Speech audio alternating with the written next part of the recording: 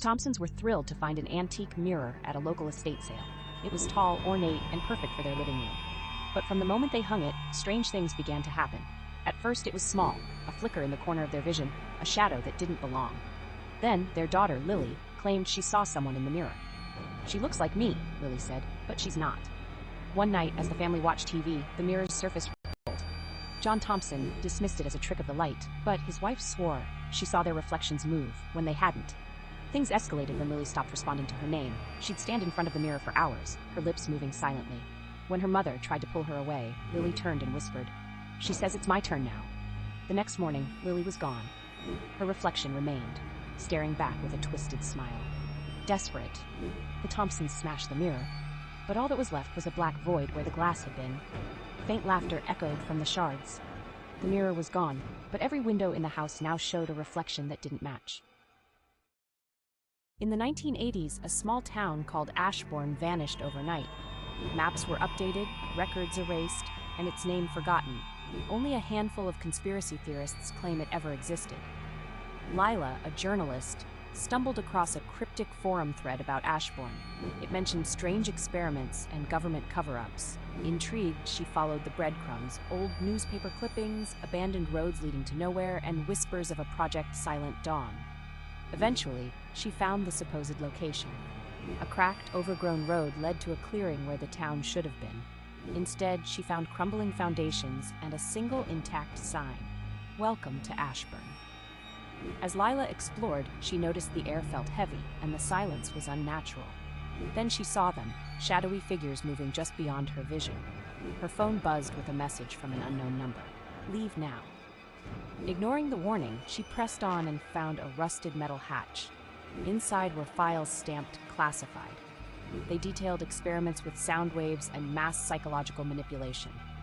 A final note read, "Containment failed. Evacuate immediately." Before she could leave, the shadows surrounded her. Her phone camera captured one last image, the Ashbourne sign, now pristine, with lights glowing faintly in the distance. Lila never returned, and her notes were wiped from the internet. Those who search for Ashbourne claim to hear faint whispers calling them back, but no one who goes looking ever comes home. In 1998, a mysterious TV signal began interrupting late-night broadcasts in small towns across the Midwest. It showed a static-filled screen with a faint figure in the background and a distorted voice repeating, "Do you see me?" At first, it was dismissed as a prank, but the interruptions grew more frequent, always airing at exactly 2:13 a.m. People who watched the broadcast reported strange side effects: headaches, vivid nightmares, and a feeling of being watched. Some claimed the figure in the static was getting closer. One night, David, an insomniac, decided to record the broadcast. He watched as the static shifted, revealing a pale, hollow-eyed figure staring directly at him. The voice whispered, "I see you now." The next morning, David's neighbors found his TV on. The screen cracked. He was gone, with no signs of a struggle except for a single handprint burned into the carpet. After David's disappearance, the broadcast stopped. But conspiracy theorists claim it wasn't random. The towns where it aired have the highest rates of missing persons, and those who watched it still report seeing the figure in their dreams, whispering, "You're next." Some say the phantom broadcast was a failed government experiment in mind control. Others believe it was something far worse, reaching through the static to claim its victims. In a quiet town, people began vanishing without a trace. The only clue was a mysterious late-night radio signal. Between 3 and 4 a.m., it hijacked frequencies, playing distorted music, faint whispers, and ending with a countdown. Jake, a skeptic, decided to investigate. At 3:13 a.m., his old radio picked up the signal. A haunting melody played, layered with whispers he couldn't quite make out. Then the countdown began. 60, 59, 58. As it ticked down, the whispers grew louder, forming a voice, "We see you." When the countdown hit 0, Jake's lights flickered, and his computer screen filled with static. A message appeared, "You're marked." The next day, black SUVs appeared outside his house. Strangers in dark suits lingered, watching him. When Jake tried to share the recording, the file corrupted. His phone buzzed with a text from an unknown number. "Stop listening." That night, the signal returned, blasting from his speakers, even with the radio off. The countdown began again.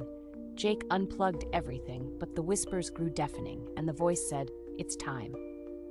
The next morning, Jake was gone. His apartment was empty, as if he'd never lived there. Conspiracy theorists claim the signal is a recruitment tool, or a beacon for something not of this world.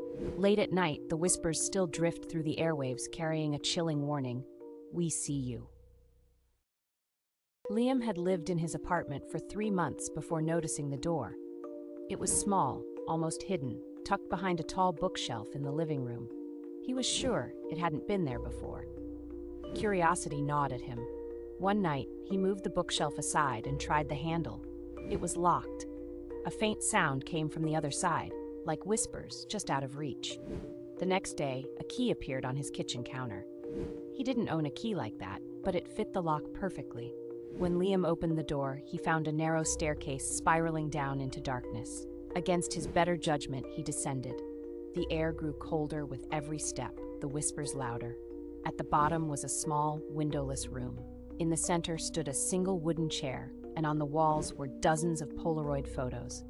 Liam's stomach turned as he recognized himself in every photo, sleeping, eating, walking to work. Some of the pictures were from angles that weren't possible inside his apartment. Suddenly, the door at the top of the stairs slammed shut. The whispers stopped. Liam ran up the stairs, but the door wouldn't budge.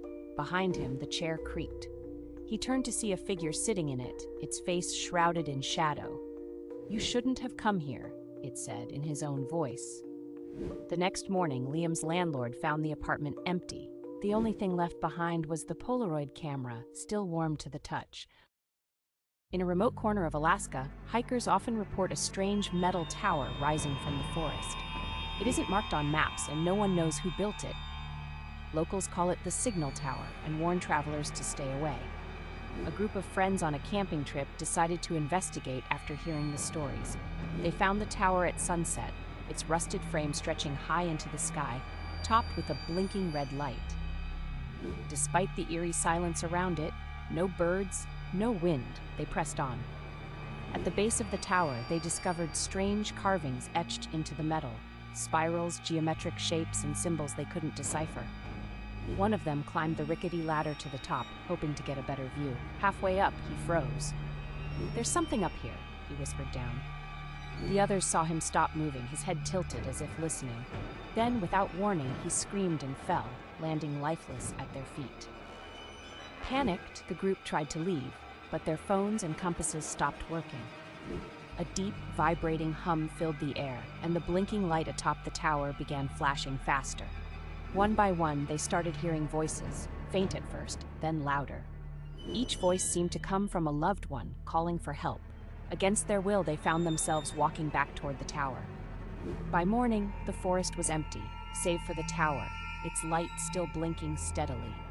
Locals say the tower broadcasts a signal no one can trace, and those who hear it never come back. But the real question remains, who or what is it calling? It started with an email. Amanda, a freelance journalist, received a message with no sender, just the subject line. "Do you want to know the truth?" Curious, she opened it.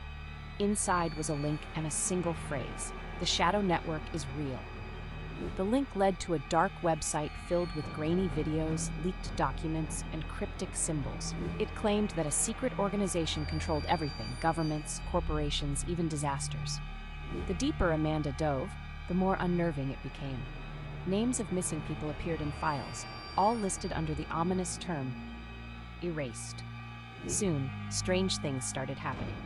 Her phone would light up with unknown numbers that hung up as soon as she answered. She noticed black SUVs parked near her apartment. One night, her laptop turned on by itself, the screen flashing the words, "Stop digging." But Amanda didn't stop. She downloaded files that hinted at experiments in mind control, weather manipulation, and mass surveillance. One document claimed, "The Shadow Network sees all. Once you've found them, they've already found you." The final straw came when she returned home to find her apartment ransacked. Her laptop and files were gone, but a single note was left on her desk: "You've been warned." Amanda tried to go public, but no one believed her. Her story was buried, her accounts frozen, her life dismantled piece by piece. One day, she vanished entirely. Conspiracy theorists now whisper about the shadow network and warn others. If you look for them, they'll make sure no one ever finds you.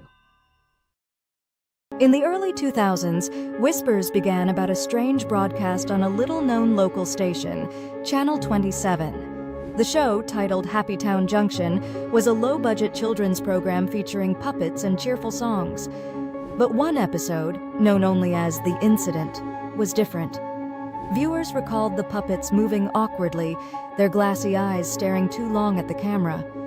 The host, usually upbeat, spoke in a slow, monotone voice, reciting nonsensical phrases. Halfway through, the screen flickered, and the show cut to static. When the feed returned, the puppets were slumped over, and the host stood silently, staring at the camera. Then, in a distorted voice, the host whispered, "They're watching. Don't look away." The screen went black. Reports from viewers varied. Some felt dizzy or disoriented. Others claimed to hear faint whispers long after the episode ended.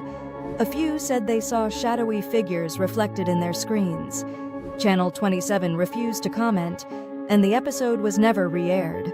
One former employee claimed it wasn't part of the regular programming and blamed it on a rogue signal hijack. Others believed it was an experiment in subliminal messaging. No footage of Happy Town Junction has ever surfaced, but conspiracy theorists claim the broadcast was real. Those who dig too deeply into it report strange occurrences, untraceable calls, corrupted files, and TVs turning on by themselves, always to static. The last known words from the show still haunt those who remember. "They're watching, don't look away." Deep in the Sahara Desert, a blurry satellite image surfaced online. A massive, black pyramid buried beneath the sand. It wasn't on any map, and official records denied its existence. But conspiracy theorists were certain this was no ordinary structure. A group of explorers set out to find it, live streaming their journey. Days passed with nothing but endless dunes. Then the feed went silent. Hours later, it resumed briefly, showing a massive, obsidian-like pyramid rising from the sand, its surface smooth and impossibly dark. The camera panned shakily as the team entered. Inside, the walls were covered in strange symbols, glowing faintly. The explorers whispered nervously, describing a low hum that seemed to vibrate in their bones. One of them pointed out that their GPS had stopped working. Suddenly, the stream cut to black. No one heard from the team again. Days later, the video vanished from the internet, along with any mention of the pyramid. Those who shared it reported strange knocks at their doors late at night, or their devices mysteriously wiped clean. Some believe the pyramid is an ancient alien structure. Others say it's a government experiment buried in secrecy. But those who look for it often disappear, leaving only one chilling warning behind. Don't go near the Black Pyramid. It doesn't want to be found. Evan, an IT technician for a government contractor, stumbled upon a hidden folder labeled Project Erebos while fixing a server glitch. Inside were redacted documents, blurry photos, and one video file. It showed a figure strapped to a chair, screaming, with a voice off camera asking, "Have you seen the eyes?" Suddenly, his computer froze, and a message flashed, "This file is not for you." The next day, his badge stopped working, and coworkers avoided him. That night, Evan received a call from a distorted voice. "Delete everything. They're watching." Evan wiped his computer, but it was too late. Black SUVs parked near his house, and strangers stared at him in public. His accounts were frozen. One night, he found his laptop on with the Project Erebos folder open. A new file titled Evan appeared. He clicked it. It was a live feed of his bedroom. Behind him, the closet door creaked open. The next morning, Evan was gone. His apartment was empty, and his digital footprint erased. Conspiracy theorists say Project Erebos is a secret psychological experiment. But no one who finds the file ever survives. In the early 2000s, whispers began about a strange broadcast on a little-known local station, Channel 27. The show, titled Happy Town Junction, was a low-budget children's program featuring puppets and cheerful songs. But one episode, known only as The Incident, was different. Viewers recalled the puppets moving awkwardly, their glassy eyes staring too long at the camera. The host, usually upbeat, spoke in a slow, monotone voice, reciting nonsensical phrases. Halfway through, the screen flickered, and the show cut to static. When the feed returned, the puppets were slumped over, and the host stood silently, staring at the camera. Then, in a distorted voice, the host whispered, "They're watching. Don't look away." The screen went black. Reports from viewers varied. Some felt dizzy or disoriented. Others claimed to hear faint whispers long after the episode ended. A few said they saw shadowy figures reflected in their screens. Channel 27 refused to comment, and the episode was never re-aired. One former employee claimed it wasn't part of the regular programming and blamed it on a rogue signal hijack. Others believed it was an experiment in subliminal messaging. No footage of Happytown Junction has ever surfaced, but conspiracy theorists claim the broadcast was real. Those who dig too deeply into it report strange occurrences, untraceable calls, corrupted files, and TVs turning on by themselves, always to static. The last known words from the show still haunt those who remember. "They're watching, don't look away." What if I told you there's a ghostly tale that haunts the roads of Ghana? The Vanishing Hitchhiker is a chilling story of a young woman who appears on dark, lonely highways, seeking a ride. Drivers often pick her up, noticing her beautiful but sorrowful face. She asks to be taken to a specific location, but mysteriously vanishes from the car, leaving only a lingering coldness. This tale has origins in real events, as some believe she is the spirit of a woman who died tragically. Variations include different locations and reasons for her ghostly presence, but all share a common theme: vengeance for her untimely demise. Subscribe for more eerie tales from around the world. What if I told you there's a place in Kenya where the trees whisper? Known as the Whispering Forest, this eerie location is said to be haunted by spirits of those who met untimely ends. Originating from local folklore, travelers speak of hearing unearthly whispers that lure them deeper into the woods. Some say these voices belong to lost souls seeking help, while others believe they are warnings. The forest's dark history is tied to colonial-era atrocities, leaving a lingering energy that haunts the living. Locals advise against entering alone after dark, as many have vanished without a trace. If you dare, tread carefully. But remember, some whispers aren't meant to be answered. Subscribe for more chilling tales. What if I told you there exists a creature in South America known as the Pishtaco? This vampire-like being is said to roam the Andes, targeting unsuspecting travelers. Legends claim that the Pishtaco preys on the blood and fat of its victims, using their essence to gain power. Originating from indigenous folklore, the myth intensified during colonization, fueled by fears of exploitation and loss. Accounts vary, with some describing the Pishtaco as a tall, pale figure, while others depict it as a monstrous spirit. In real events, unexplained disappearances in remote areas have been linked to this eerie legend. Beware, for the Pishtaco may be watching you. Subscribe for more chilling tales. What if I told you about La Ciguanaba, a haunting figure from El Salvador? Legend speaks of a beautiful woman who lures men into the night, only to reveal her true form, a terrifying, skeletal visage. Originating from indigenous tales, her story warns against infidelity and irresponsible behavior. Variations suggest she preys on those who stray from their loved ones, seeking vengeance for a betrayal. Many claim to have encountered her ghostly form near rivers and dark roads, where she calls out to the unsuspecting. Her eerie laughter echoes through the night, leaving victims lost forever. Beware, for La Ciguanaba's beauty masks a deadly secret. Subscribe for more chilling tales. What if I told you that the Slender Man, an internet meme, transformed into a terrifying urban legend? Originating in 2009 on a forum, he was depicted as a tall, faceless figure haunting children. This fictional creation quickly morphed into something sinister. Variations of his story emerged, claiming he abducted children or drove them to madness. In 2014, the legend took a horrifying turn when two girls, influenced by the myth, attempted to murder a classmate to appease him.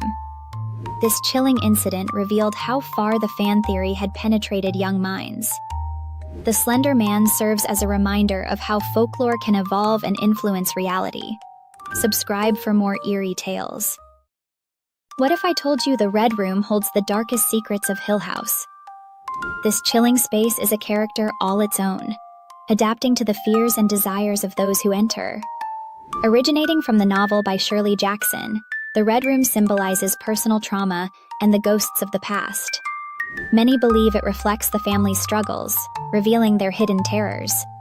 Variations of the theory suggest it's a manifestation of grief or a portal to the afterlife, echoing real events of loss and mental illness. The unsettling atmosphere leaves viewers questioning reality itself. To uncover more mysteries, don't forget to subscribe for the latest theories that will haunt your thoughts. What if I told you there was a mysterious arcade game that could warp your mind? Enter Polybius, a game that supposedly emerged in the early 1980s in Portland, Oregon. According to urban legend, this enigmatic game was said to induce seizures, nightmares, and even madness in those who played it. Gamers reported vivid hallucinations and psychological changes. Some claimed it was a government experiment designed to test mind control techniques on unsuspecting children. The origins of Polybius are shrouded in mystery, with no concrete evidence of its existence, leading many to speculate if it was merely a myth. Could it be that some games are better left unplayed? Subscribe for more eerie tales like this one. If you see strange lights at night in the Ural Mountains, just run. In 1959, a group of 9 experienced hikers mysteriously perished at Dyatlov Pass. Their tent was found cut open from the inside, and the hikers fled into the freezing wilderness without adequate clothing. Some had bizarre injuries. One victim had a missing tongue, while others displayed inexplicable trauma, resembling a car crash but without external wounds. Rumors of secret military tests or Yeti encounters have fueled speculation. This chilling event remains unsolved, with theories ranging from aliens to government cover-ups. What truly happened that fateful night? Subscribe for more eerie stories. If you see the other mother at night in your dreams, just run. This character, with her button eyes and sinister smile, is rooted in deeper horrors than her whimsical appearance suggests. The theory posits that she represents a dark manifestation of parental neglect and abandonment. Originating from Neil Gaiman's novella, The Other Mother is a twisted reflection of Coraline's real mother, who is overwhelmed and inattentive. Variations of this theory explore the unsettling idea that she lures children into a false paradise to feed on their souls, a grim echo of real-life stories of child exploitation. The haunting visuals and chilling essence of The Other Mother remind us of the dark corners of our own realities. Subscribe for more eerie tales. If you see a familiar yellow sponge at night in a dark ocean, just run. There's a terrifying theory that suggests Bikini Bottom is an underwater post-apocalyptic world. This theory originated from fans piecing together the bizarre and often surreal elements of the show. The colorful sea creatures and whimsical settings hide a grim reality, hinting at the aftermath of nuclear war. The characters might represent the remnants of humanity, coping with their tragic fate. Variations of the theory explore the idea that the ocean is a graveyard, with the cheerful facade masking deep sorrow. Dive deep into this chilling narrative. Subscribe for more eerie tales. If you see a shadowy figure at night in Arendelle, just run. The chilling theory surrounding Disney's Frozen suggests that Elsa and Anna's parents are part of a darker narrative than viewers realize. Legend has it that their ship sank in a storm, but some fans believe they did not perish.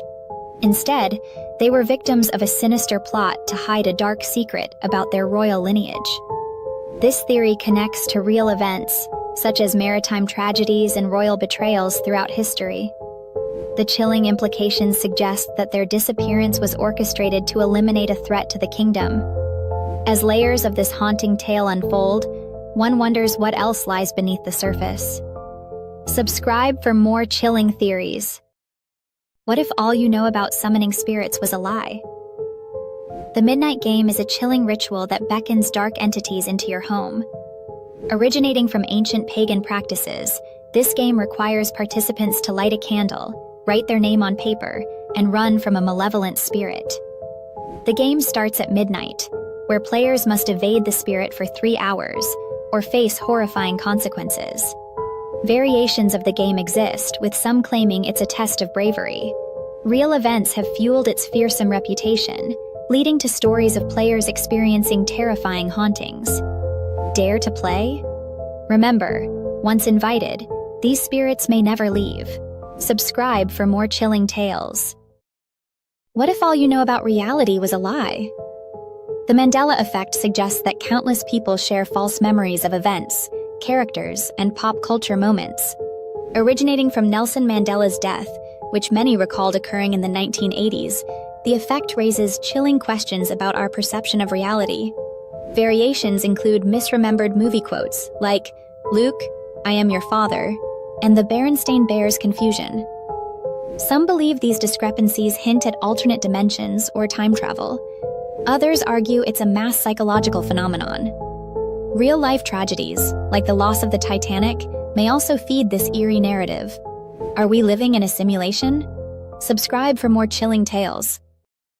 What if all you know about the Blair Witch Project was a lie?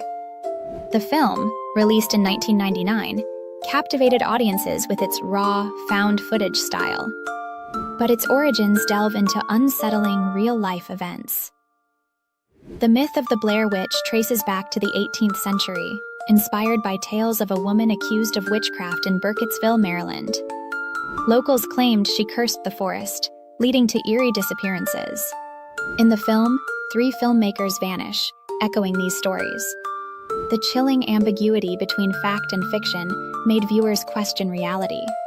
The filmmakers capitalized on local legends, blurring lines that still haunt fans today. Subscribe for more spine-chilling tales. What if I told you about a house no one escapes alive? In Hunter x Hunter, the Zoldyck family mansion looms atop Kukuru Mountain, guarded by deadly beasts and electrified gates. Home to the world's most feared assassins, the mansion is said to hide unspeakable horrors within its walls. Though fictional, fans wonder, could the Zoldyck legend be inspired by real tales of isolated clans and their deadly secrets? Subscribe for more stories that blur the line between fiction and reality. What if a whistle meant your doom? In Venezuela and Colombia, the chilling legend of El Silbón has terrified generations. Cursed to wander the earth for murdering his father, El Silbón carries a sack of bones and haunts the night. His whistle deceives, sounding distant when he's close and near when he's far. He preys on drunks, womanizers, or those who linger outside late at night. Victims often turn up dead, drained of blood, with no sign of struggle. Some say he's a warning to live a virtuous life, while others claim to have heard his eerie whistle in the still of the night. Would you recognize the sound before it's too late? What if everything you knew about Poltergeist was a lie? The iconic 1982 film Poltergeist isn't just famous for its chilling storyline. It's also surrounded by one of Hollywood's most enduring legends, the so-called Poltergeist curse. It all began with a controversial decision during production, using real human skeletons to make the movie feel more authentic. This unsettling choice sparked rumors of a curse that seemed to follow the cast and crew. Over the years, some key cast members faced strange and unexpected events in their lives, fueling the speculation that something eerie might have been at play. Fans have long debated whether the film's dark themes somehow bled into reality, creating an air of mystery that lingers to this day. Could it all just be a coincidence? Or is there more to this chilling tale? What if all you know about the Hope Diamond was a lie? This stunning gem, known for its deep blue hue, is rumored to bring misfortune and tragedy to its owners. The tale begins with its origins in India, where it was stolen from a Hindu temple, said to belong to a goddess. This act of theft set off a chain of calamities. Owners faced mysterious deaths, madness, and financial ruin. King Louis XVI and his family were not spared. Their fates ended in execution. Variations of the story suggest the diamond carries a curse, punishing those who possess it. Many believe the jewel is still cursed today, haunting its current owner. Could it be that the legend holds a sinister truth? Subscribe for more chilling stories. What if the truth behind the dancing plague of 1518 is more terrifying than you've ever imagined? It was a hot summer in Strasbourg, France, when an inexplicable phenomenon took hold of the town. A woman named Frau Trophea began dancing in the streets, without music, without stopping. Days passed, and her movements grew frantic, her feet bleeding, yet she couldn't stop. Soon, dozens of others joined her. Men, women, and children danced uncontrollably, their bodies convulsing in rhythm to an invisible beat. Within a month, the number of dancers had swelled to over 400. Some collapsed from exhaustion. Others suffered heart attacks or strokes. But why? Theories abound. Was it ergot poisoning, a hallucinogenic mold on bread that induced hysteria? Or a mass psychogenic illness fueled by stress and superstition? But some accounts suggest something far darker. Witnesses claimed to see shadowy figures lurking near the dancers, figures that seemed to move in unison with them, pulling their strings like puppeteers. Others whispered that the dancers' eyes were vacant, as if their souls were no longer their own. Some priests believed it was divine punishment, while others feared it was the work of the devil himself. And then, just as suddenly as it began, the dancing stopped, leaving only lifeless bodies and unanswered questions. What really happened in 1518? Was it a plague, a curse, or something even more sinister? Something that still lingers, waiting to strike again? Want more chilling mysteries from the past? Subscribe for stories that will haunt your nights. In 1872, the Mary Celeste was found drifting aimlessly in the Atlantic Ocean, its sails tattered but intact. The ship was eerily silent, the crew nowhere to be found. A half-eaten meal sat abandoned on the captain's table, and the ship's lifeboat was missing. Yet, there were no signs of a struggle. No blood, no damage, nothing to explain the vanishing. Speculation ran wild. Pirates? Mutiny? A deadly storm? But the more investigators looked, the stranger the mystery became. Personal belongings were untouched, and the ship's cargo was undisturbed. Some sailors who later boarded the Mary Celeste claimed they felt an oppressive presence, as if the ship itself was alive and watching. Legends whispered that the ship had been cursed long before that doomed voyage. Others claimed ghostly figures were seen on deck at night, and some even believed the crew had been lured away by phantom lights on the water. Whatever happened, the Mary Celeste's empty decks remain a haunting enigma. What secrets do the waves keep hidden? Subscribe for more chilling mysteries of the deep. What if all you know about the Conjuring House was a lie?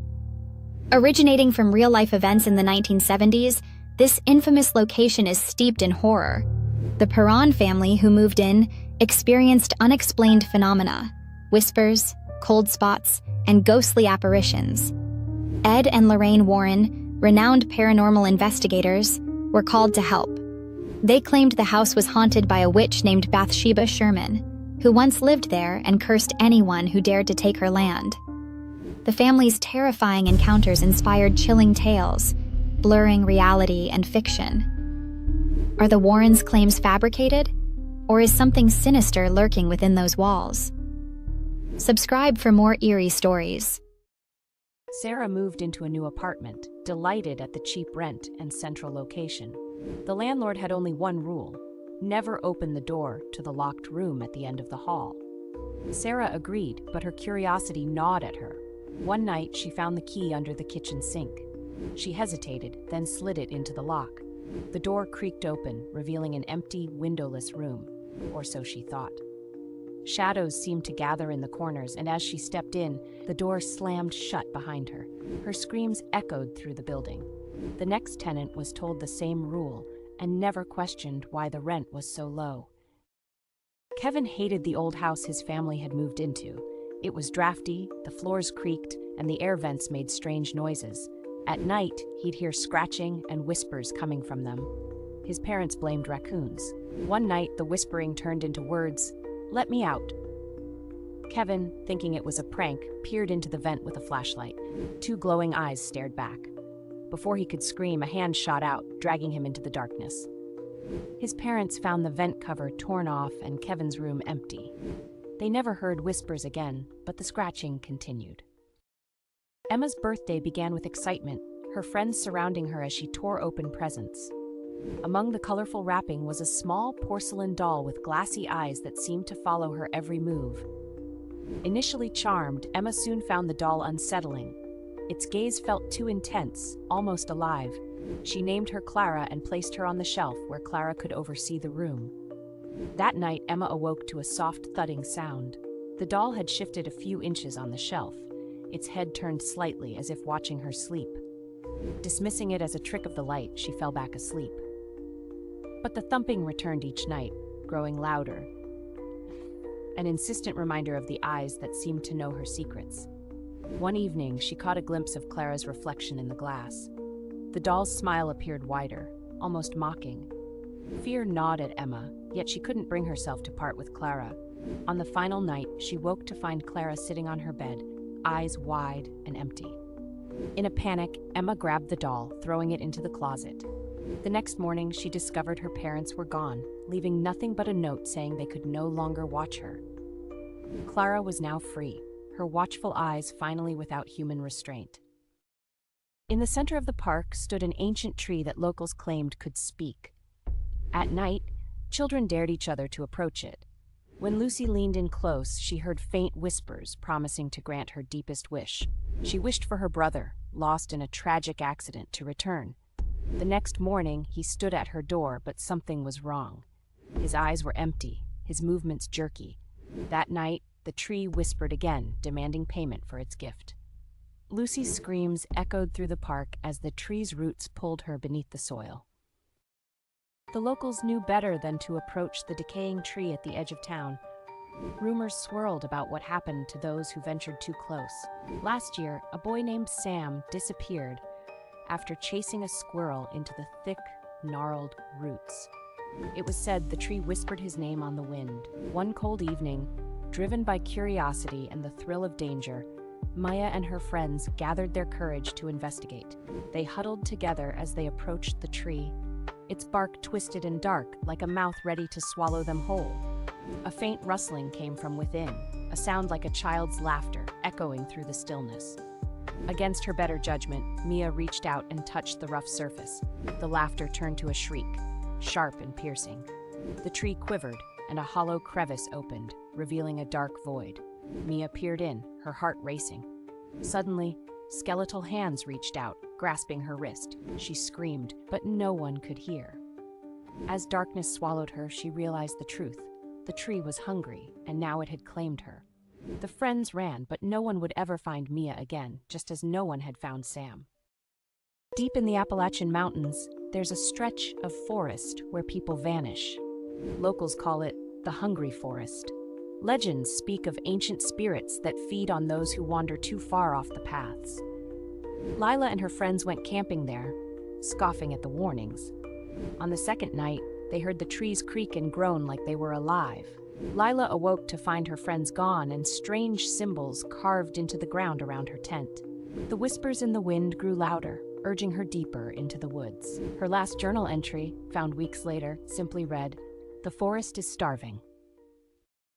In the village of Eldergrove, a thick, shimmering mist rolled in one fateful evening, swallowing homes and streets in its eerie embrace.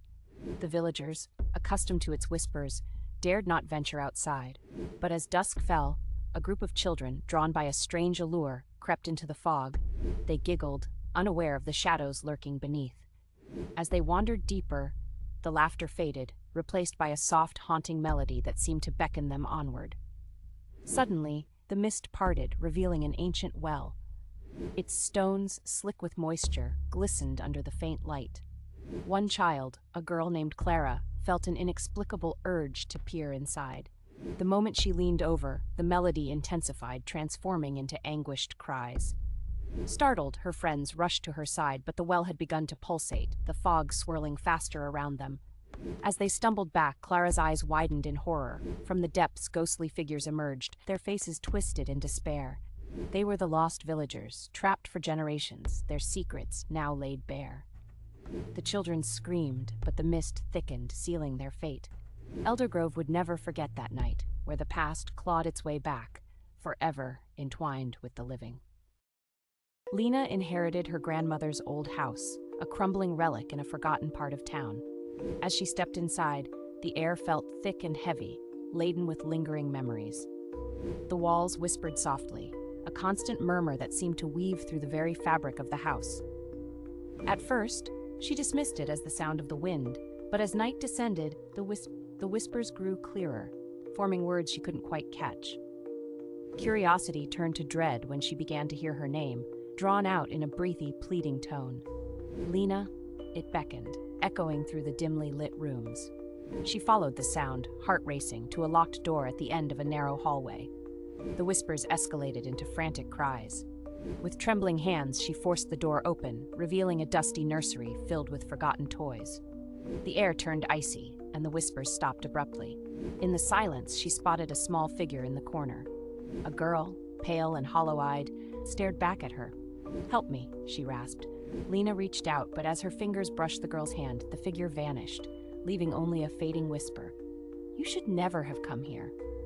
The walls resumed their murmurs, now laughing, as Lena realized she was never truly alone. What if I told you the word abracadabra wasn't just a magician's trick, but an ancient spell tied to forces we barely understand? A word whispered through centuries, carrying a power both feared and revered. Its origins are cloaked in mystery. Some believe it comes from the Aramaic phrase, "I create as I speak," spoken to invoke creation or destruction. Others link it to Abraxas, a name tied to ancient demons and forbidden secrets.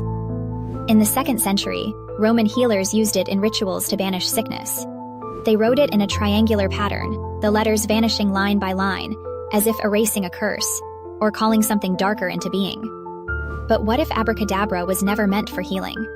What if its true purpose was to summon forces lurking in the shadows, waiting to answer when we speak its name? If this sends chills down your spine, subscribe now and join us as we explore more tales of the unknown. In the center of a sleepy village, there was a well said to be cursed. Long ago, it was used to drown those accused of witchcraft. The townsfolk warned against going near it, but Kyle, ever the skeptic, decided to investigate. He lowered a flashlight into the well, peering down. He swore he saw movement, a pale hand reaching up. Before he could react, he was yanked inside. The villagers heard his screams echo through the night. The next day, the well was dry, and Kyle's name was etched into the stone. When the Thompson family moved into Willow Lane, they were greeted by an unsettling silence. The houses around them, once lively with laughter and chatter, now stood eerily still. Days turned into weeks, and the Thompsons noticed something strange. Not a single neighbor ever ventured outside. Curious yet unnerved, they peered through their windows, hoping to glimpse their silent neighbors. Yet each time the curtains remained drawn. One evening, as shadows lengthened, a distant scream echoed through the night, chilling their bones. The next morning, the Thompsons learned from the local storekeeper that the entire block had been abandoned for years. Confused, they rushed home, only to find their front door ajar. Inside, the air was thick with dread. Their belongings were untouched, but the house trembled with an unearthly presence. Suddenly, a shuffling sound emerged from the basement. Heart pounding, they crept down the stairs, flashlight shaking in hand. What they found was a room filled with lifeless bodies, their faces frozen in terror. It became clear. The neighbors hadn't just disappeared, they had been taken. And as they turned to escape, the door slammed shut behind them, sealing their fate. There's a serene lake deep in the woods that's said to be cursed. The locals warn that anyone who swims in it disappears. Fiona didn't believe the stories and decided to take a dip on a dare. As she swam, the water grew colder, and the surface began to ripple unnaturally. She felt hands grasping her legs, pulling her under. Her friends heard her screams but saw nothing except bubbles rising to the surface. The next morning, the lake was perfectly still, but Fiona's face stared back at them from beneath the water. The Parkers were thrilled to move to Silent Grove, a small, peaceful neighborhood surrounded by towering trees. The homes were beautiful, each one with a cozy front porch and neat yard. But from the first day, something felt wrong. The neighbors never appeared. Not once did anyone walk their dog, trim their hedges, or even step out to get the mail. The Parkers tried to make sense of it, chalking it up to the small-town tranquility. but the stillness began to feel oppressive. One evening, as dusk settled in, the wind carried a strange sound, a low, rhythmic thumping, like something heavy being dragged across the ground. The Parkers thought it came from the house next door and decided to investigate. The door was ajar. They hesitated, then stepped inside. The house was cold, unnaturally so. The furniture was covered in dust, and the air felt stale. The thumping sound grew louder as they moved deeper into the house, leading them to the basement door. With a sense of dread, they opened it. In the basement, a dim light flickered. The walls were lined with strange symbols, and in the center of the room were rows of wooden chairs. Sitting in each chair was a figure, lifeless but somehow aware, their eyes wide open, staring at the Parkers. Suddenly, the basement door slammed shut and the room fell silent. The Parkers turned, but it was too late. Their reflection in the basement mirror was no longer their own. It was the face of a stranger. Silent Grove had claimed them. The Mitchells were excited to move into their new home on Hawthorne Hill, a quiet street with old Victorian houses. The neighborhood looked perfect, peaceful, and secluded, but something felt off from the start. The streets were eerily empty. The neighbors' houses were well kept, yet no one was ever seen outside. The Mitchells thought it was odd, but dismissed it, until one evening when they noticed a faint glow from the house next door. Curious, they approached and found the door slightly open. Inside, the house was cold and silent. Dust covered every surface, but the furniture looked untouched. A grandfather clock ticked louder than it should have, and the stillness felt unnatural. The Mitchells felt a strange pull toward the basement. As they descended the stairs, the dim light revealed old photographs on the walls, each face blurred, as if erased. The basement door slammed shut behind them. Suddenly, a whisper filled the air. "You're not supposed to be here." Before they could react, the walls seemed to close in. The Mitchells tried to scream, but their voices were swallowed by the house. It dawned on them. They hadn't moved into a quiet neighborhood. They had moved into a place where time had stopped, and the residents had vanished, leaving only their memories behind. And now, the Mitchells had joined them, trapped in the house on Hawthorne Hill. When Sam moved into his fixer-upper, he noticed odd things. Creaks in the ceiling, missing food, faint footsteps at night. He chalked it up to the house settling. But one evening, he found a handwritten note on his nightstand that read, "Thank you for letting me stay."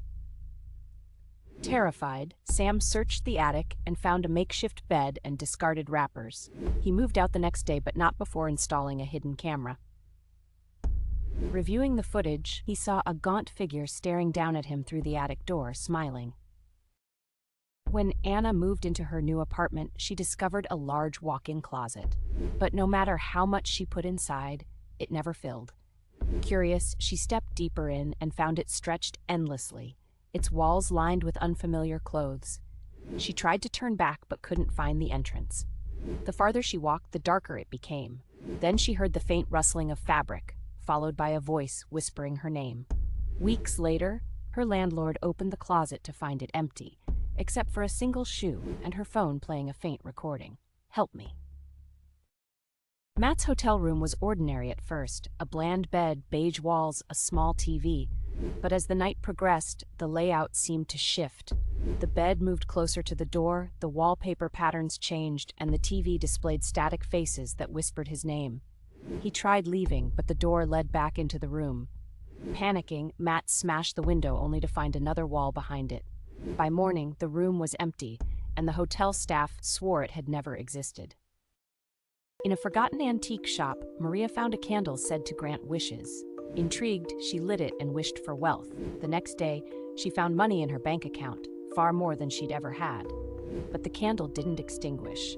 Her second wish, for love, came true when a charming stranger appeared in her life. Still, the candle burned. On her third wish, for eternal youth, Maria noticed her reflection growing paler, her shadow vanishing. By the time the candle burned out, Maria was gone, her essence absorbed by the flame, leaving only the unlit candle behind for the next victim. As night draped the town in darkness, a group of friends ventured into the woods, drawn by an ancient legend of a tomb hidden beneath the roots of an ancient oak. The air thickened with apprehension, but curiosity propelled them forward. They stumbled upon the crumbling entrance, half buried and overgrown, a threshold to another time. A faint whisper echoed within, beckoning them to enter. Each step inside felt wrong, like the tomb itself was alive, breathing with secrets long forgotten. The deeper they went, the more palpable the whispers became, swirling around them like a dark wind. Shadows danced on the walls, twisted faces forming in the stone. Suddenly, one friend, Sarah, stopped, her eyes glazed over, entranced by the darkness. "Listen," she breathed, as if she could hear something they couldn't. The others pulled her back, but she was already slipping away, drawn into the abyss. They tried to escape, but the whispers grew louder, drowning out their cries. In a final desperate act, they fled, leaving Sarah behind. As they burst into the night, the whispers faded, replaced by an eerie silence. Days later, Sarah's name was found carved into the trunk of the ancient oak, her fate sealed in the darkness, a warning for those who dared to follow the whispers of the tomb.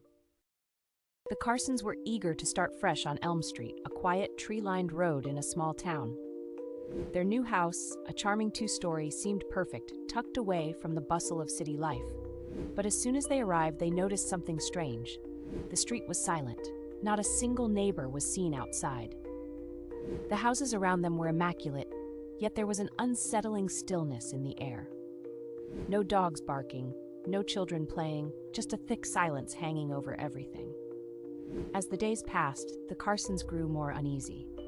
One evening, they saw movement through the curtains of the house across the street, a shadow darting past the window. They watched, but no one came out. Driven by a growing sense of curiosity, they decided to visit the house. The door creaked open when they tried it, and the air inside was damp and cold. The rooms were perfectly arranged, but everything felt wrong. Stale, like the house had been abandoned for years. The basement door was slightly ajar. The Carsons descended, their hearts pounding, and found a strange room with rows of empty chairs. In each chair, an outline was visible, as if someone had recently sat there. The air grew heavier, and as they turned to leave, a voice whispered from the shadows, "Stay with us." The door slammed shut behind them. The Carsons' reflection in the dusty mirror wasn't their own. It was a face they didn't recognize. Elm Street had claimed them, and they were now part of the shadows that haunted it. The Miller family was excited to move into their new home on Pine Ridge. The house was charming, tucked away at the edge of the woods, with a spacious yard and friendly neighbors. At least, that's what they thought. From the moment they arrived, an odd quietness lingered in the air. The neighbors' homes were pristine, but no one was ever outside. No cars in driveways, no sounds of life, just stillness. Days turned into weeks, and the Millers began to feel like they were being watched. But every time they looked outside, the streets were empty. One night, as the wind howled through the trees, a soft, distant whisper caught their attention. The Millers couldn't pinpoint where it was coming from, but the voice was unmistakable. "Help us." The sound echoed from all directions, sending chills down their spines. Compelled by fear and curiosity, they ventured to the house next door, the only one that seemed different. Its front door was slightly ajar. As they stepped inside, a cold draft rushed past them, and the door slammed shut behind them. The house was eerily dark, with dust coating the furniture. They moved toward the basement, where the whispers grew louder. At the bottom of the stairs, they found a room filled with old, decaying figures, their eyes wide with terror, as if frozen in time. In the center of the room was a mirror, reflecting not their own faces, but the faces of the long-gone neighbors. As the Millers turned to flee, the whispers turned to screams. Too late. The door locked behind them, and Pine Ridge claimed another family. In the dim light of her grandmother's attic, Sarah discovered an ornate music box, its surface dust-coated and forgotten. She felt an irresistible urge to wind it up. As the delicate mechanism clicked, a haunting melody filled the air, echoing through the empty house. An eerie chill swept over her, and shadows danced along the walls. The music played on, growing louder, wrapping around her like a shroud. As the last notes faded, Sarah thought she heard a whisper, soft and sorrowful. "Help me."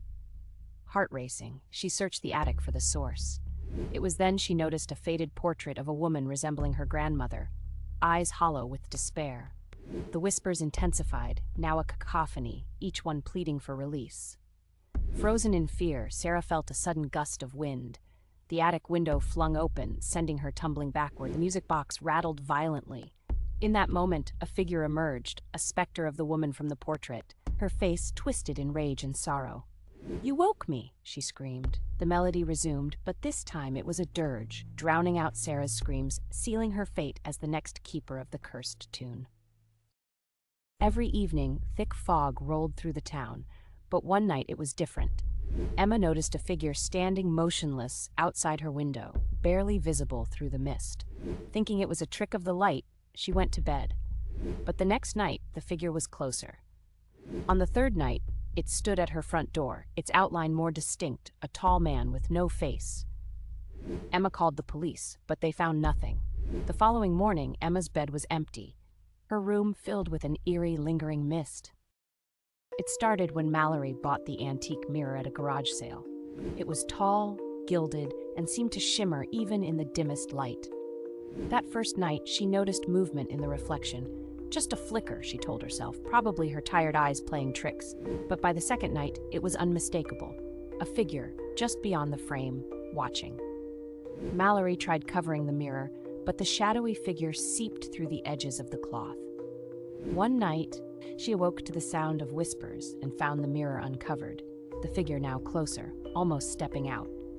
Her own reflection was gone. The next morning, Mallory disappeared, leaving the mirror behind.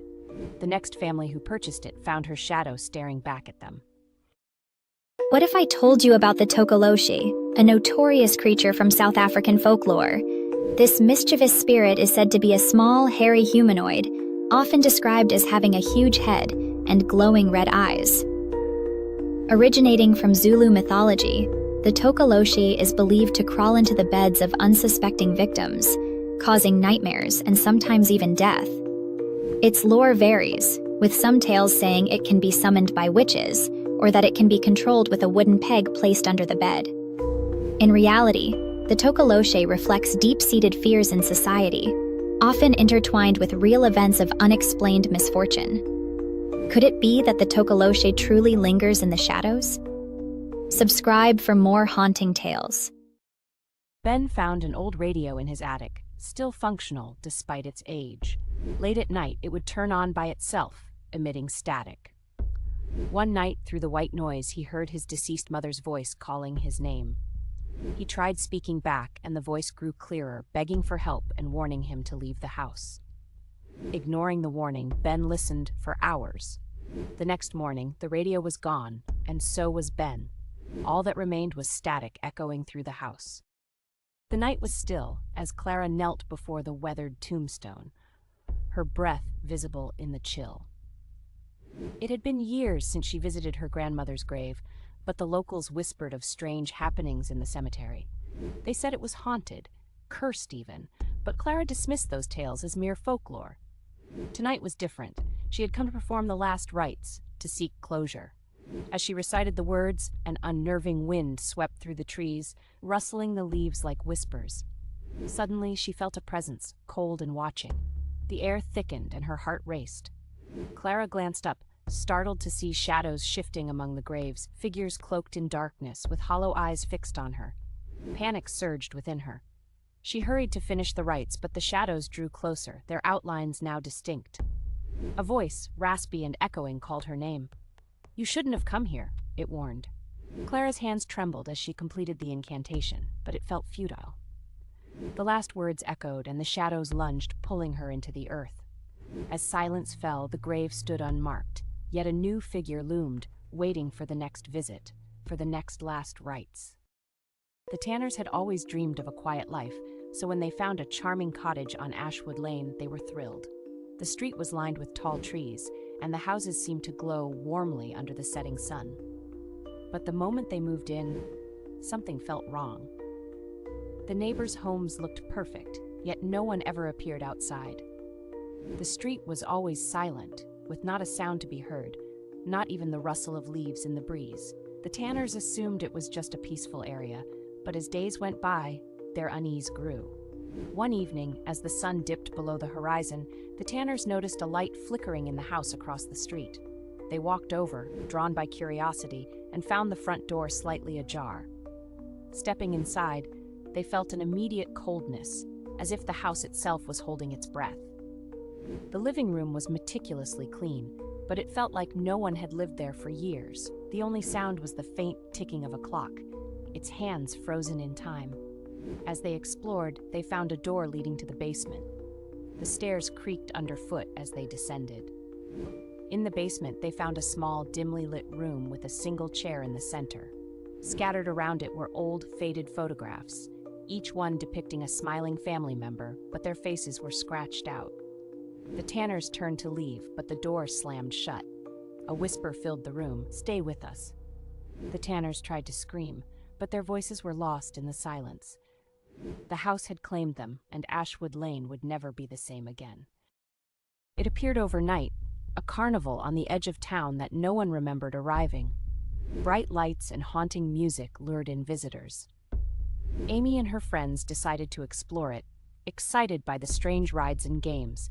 But as the night went on, they realized something was wrong. The rides operated without attendants, the food tasted like ash, and the other patrons had hollow, glowing eyes. Amy tried to leave, but every exit led her back to the carousel.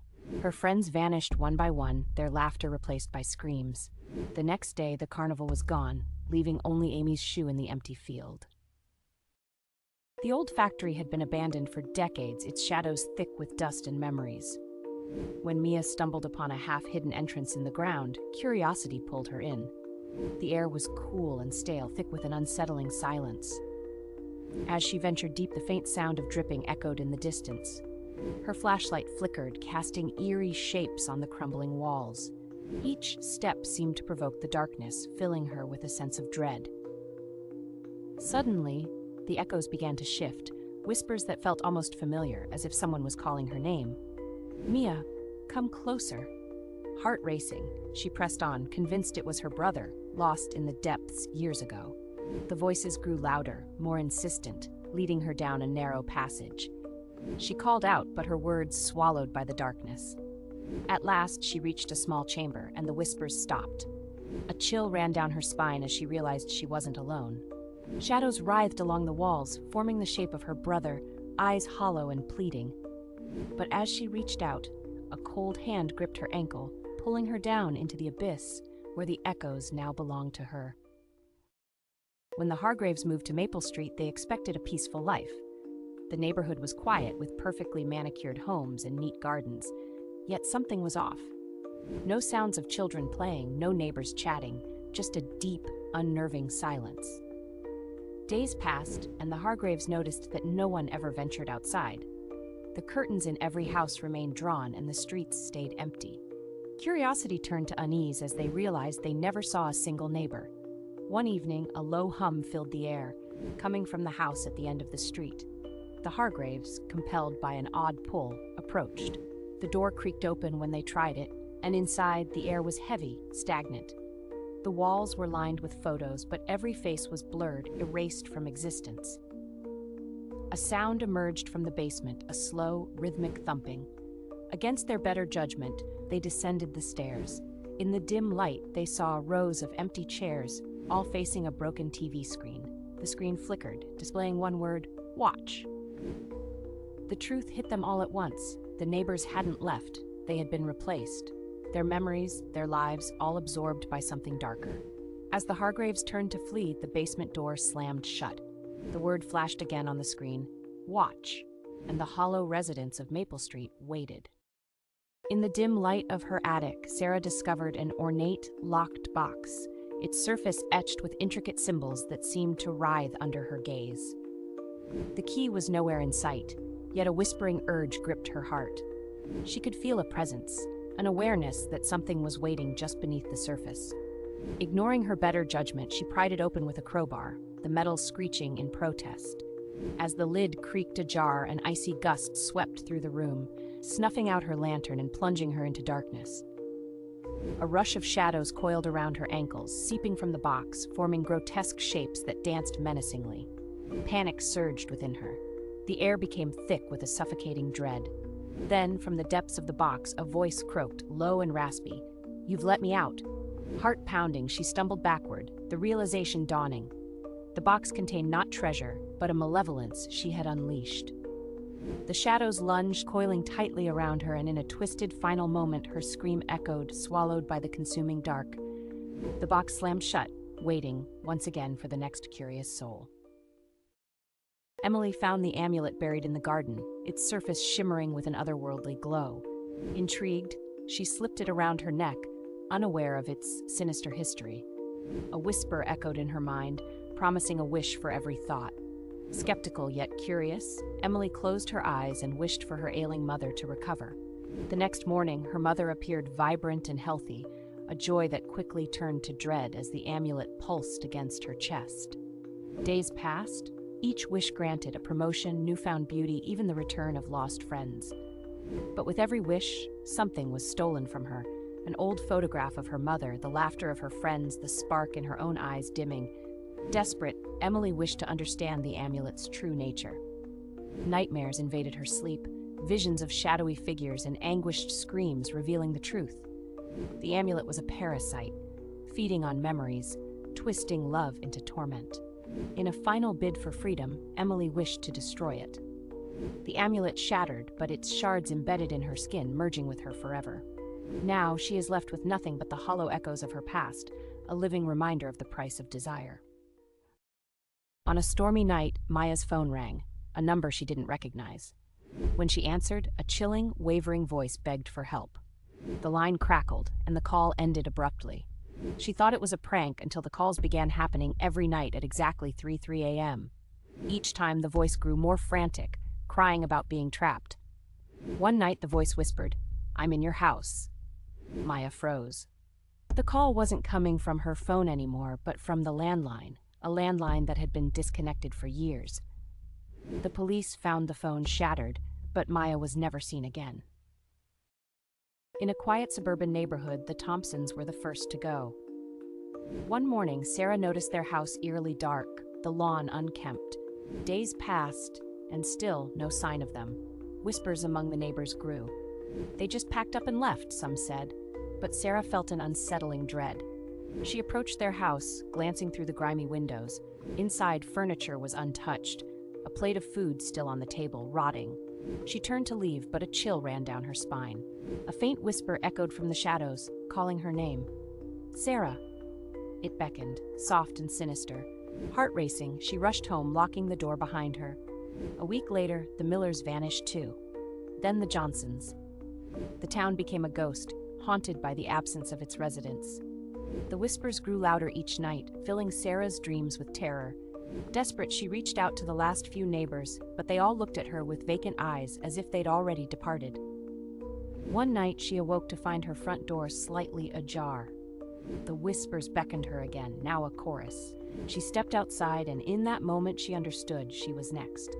As she vanished into the night, her house remained, waiting for the next lost soul. Late at night, Sarah's phone rang, slicing through the silence of her empty apartment. It was a number she didn't recognize. The screen lit up with a name that sent a shiver down her spine. Her own. Hesitating, she answered. "Hello." A breathy silence lingered before a voice, deep and unsettling, whispered through the receiver. "Are you alone?" Panic surged through her veins. She slammed the phone down, her heart thundering. It couldn't be her own voice. It was impossible, yet the phone rang again. Against her instincts, she picked up. "What do you want?" she demanded.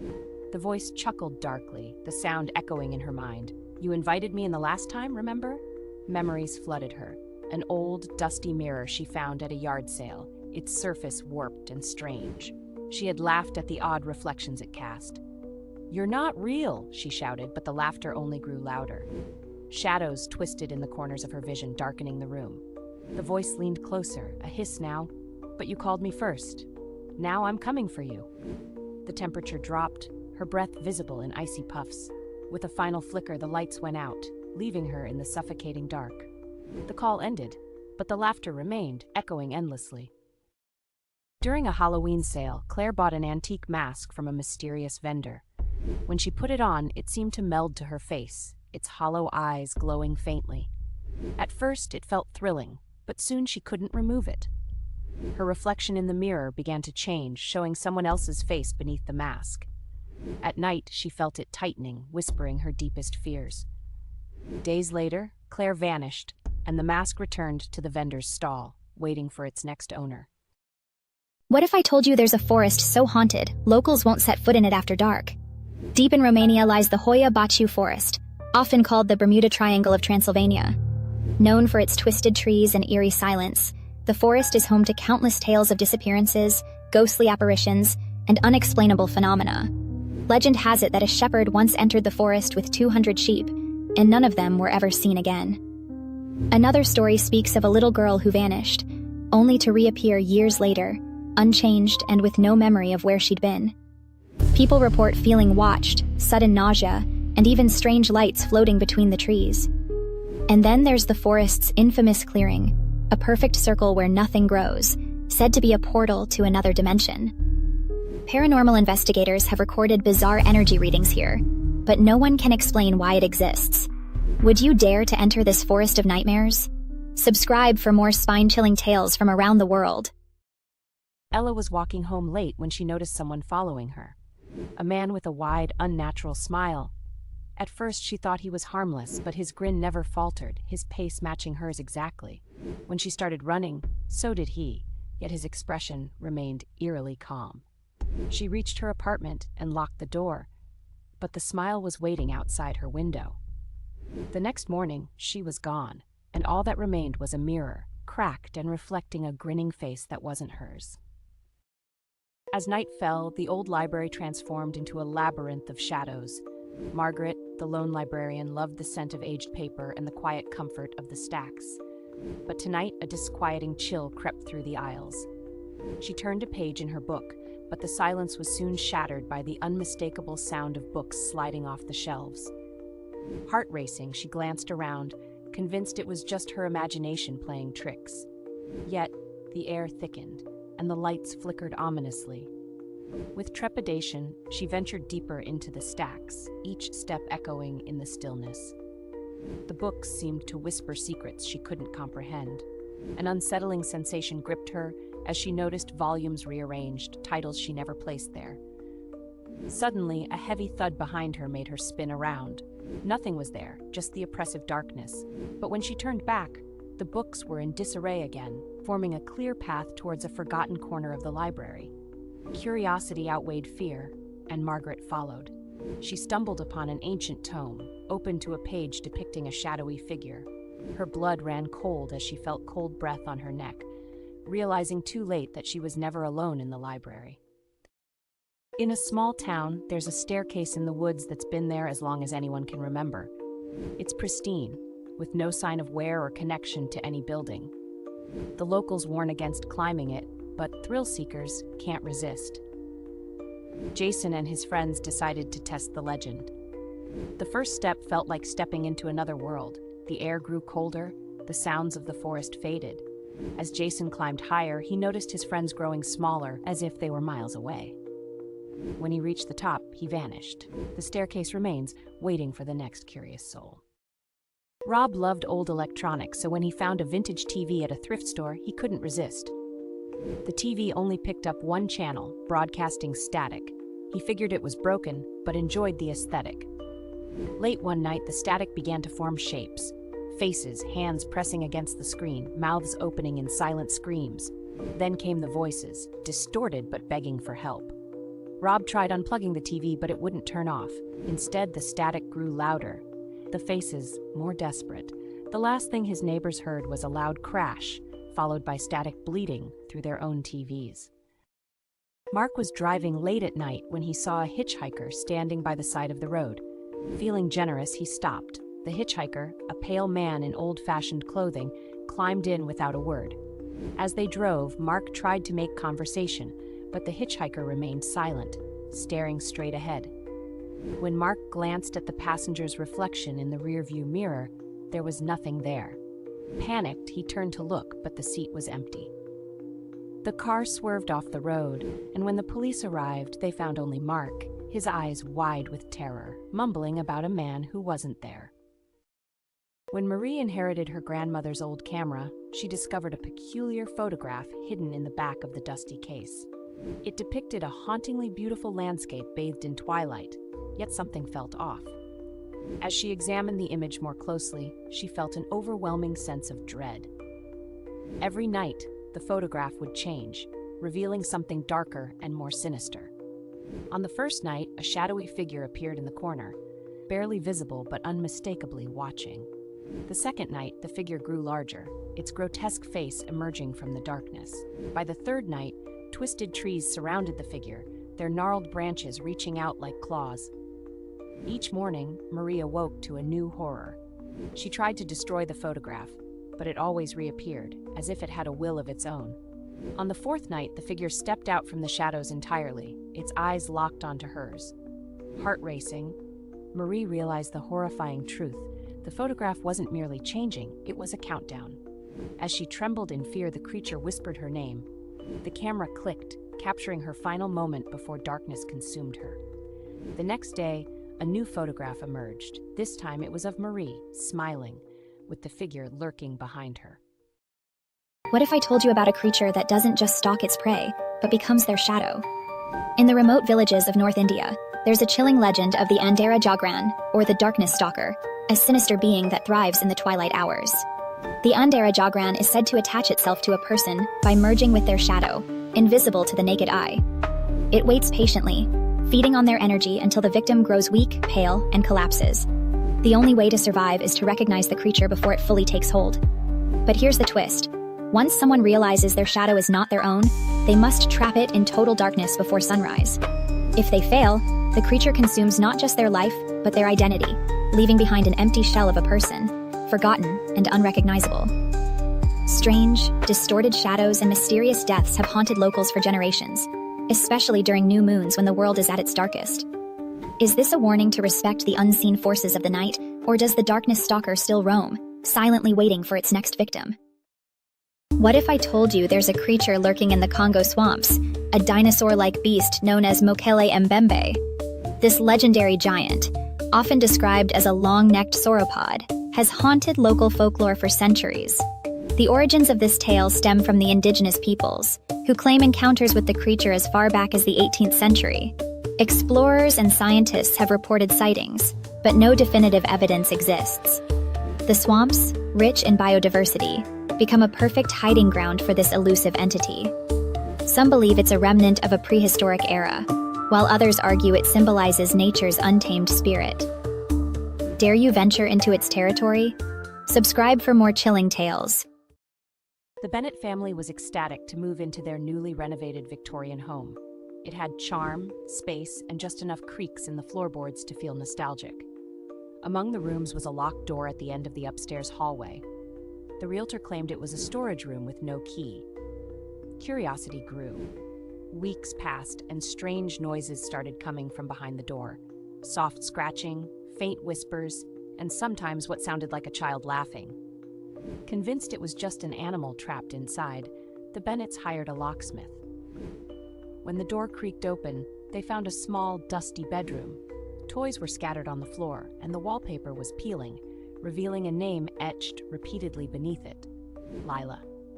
Their daughter Emily grew obsessed with the room, spending hours talking to someone they couldn't see. She insisted Lila was her new friend. At first, they dismissed it as imagination, but when Emily began waking with scratches on her arms, they grew concerned.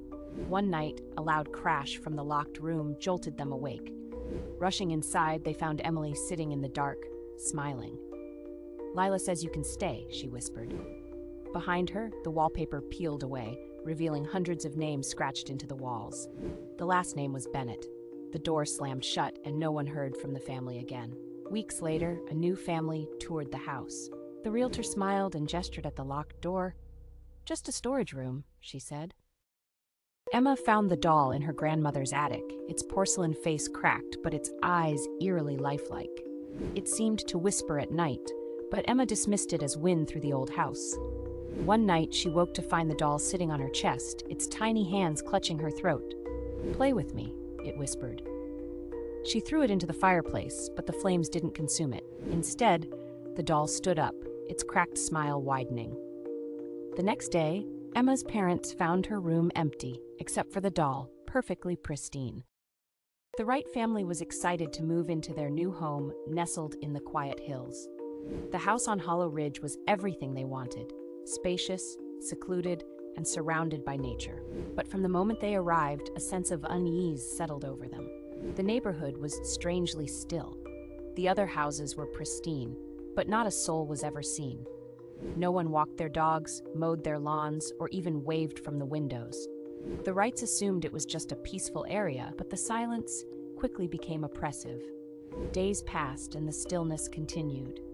One evening, as dusk settled, the family noticed an old lantern glowing faintly in the window of the house next door. Intrigued, they walked over. The door creaked open, and they stepped inside. The house was perfectly maintained but cold, as if abandoned for years. A feeling of dread washed over them as they moved deeper into the house, drawn toward the basement. They opened the door and descended into the darkness, only to find an empty room with a single wooden chair in the center. On the walls were countless portraits, but each face had been scratched out, leaving only blank eyes staring back at them. Suddenly, the door slammed shut, trapping them inside. A whisper echoed from the shadows, "You're home now." The Wrights turned to flee, but their own faces were now among the portraits on the walls. Hollow Ridge had claimed them, just as it had claimed the others before them. In an abandoned mansion, Max discovered a painting of a woman whose eyes seemed to follow him. Intrigued, he took it home. That night, he heard footsteps in his hallway and found the painting hanging above his bed, though he'd left it in the living room. The woman in the portrait now had a faint smile, and her hand seemed to reach out of the frame. By morning, Max was gone, his face now part of the painting, while the woman's smile widened. Driving home late at night, Paul took a shortcut through a desolate stretch of road. After hours of driving, he realized he hadn't seen any signs or landmarks. The road seemed endless. His gas gauge neared empty, and his phone had no signal. He turned around, but the scenery remained the same: pitch-black trees and a winding road. Exhausted, he pulled over and fell asleep. When he woke up, he was in his bed, his car keys on the nightstand. But his car was never found, and Paul never took that shortcut again. Sarah had always felt uneasy in her grandmother's old house, an eerie structure that groaned like a living thing. With its warped door and dusty corners, had long been a source of frightful stories. One stormy night, a thunderclap jolted her awake, and she heard it, a faint whispering, as if someone was beckoning her from above. Heart racing, she tiptoed across the creaking floorboards, the whispers growing clearer, almost urgent. "Come up, come play," they lured. Against her better judgment, she reached for the attic door, twisting the rusty knob as it creaked open. The air inside was thick, stale, and heavy. Shadows danced in the dim light of her phone. The whispers became frantic, echoing off the walls, a cacophony of voices pleading and mocking. Suddenly, a cold breeze swept through, extinguishing her light. The whispers turned into anguished screams surrounding her, enveloping her in darkness. Panic surged as she stumbled back, her heart pounding. But as she turned to flee, she felt a hand, icy and unforgiving, grasp her wrist. The whispers fell silent, the attic door slammed shut, and Sarah was never seen again, a lost voice among the shadows. The Carters moved into the old farmhouse on Willow Lane, enchanted by its rustic charm. The neighbors avoided discussing its history, offering only one warning: keep the barn locked at night. At first, life was peaceful, but one evening, a faint light appeared in the barn, a lantern flickering in the darkness. John Carter went to investigate and found the barn door ajar. Inside, the lantern hung from a beam, swinging gently. Beneath it, a mound of freshly turned dirt caught his eye, though nothing seemed out of place. The next night, the lantern returned, swaying violently. Footprints led from the barn to the woods, but no one had been there. Soon, whispers began at night, faint but clear: leave. Their daughter, Sarah, started sleepwalking, always toward the barn. One stormy night, she disappeared. They found her inside, digging frantically at the dirt pile with her bare hands. When they pulled her away, she whispered, "He's waiting." Beneath the dirt, they uncovered a rotted wooden box containing human bones and a rusted lantern. The whispers stopped briefly, but shadows began creeping into the house. By dawn, the Carters fled the farmhouse, abandoning everything. That night, the lantern's glow returned, patiently waiting for its next visitors. In the cobwebbed corner of her late grandfather's workshop, Mia discovered an ornate music box, its wood chipped, and the figurine of a ballerina missing an arm.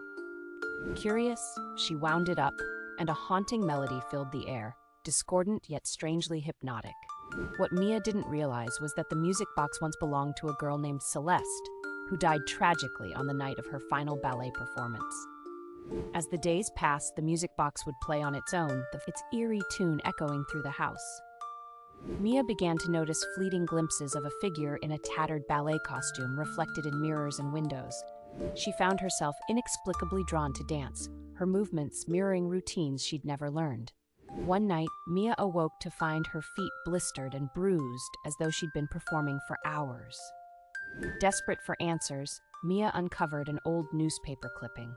Celeste's life was cut short in a tragic fall after someone sabotaged her performance. The music box, cursed by Celeste's unfulfilled dreams, ensnared those who touched it, forcing them to complete her final dance.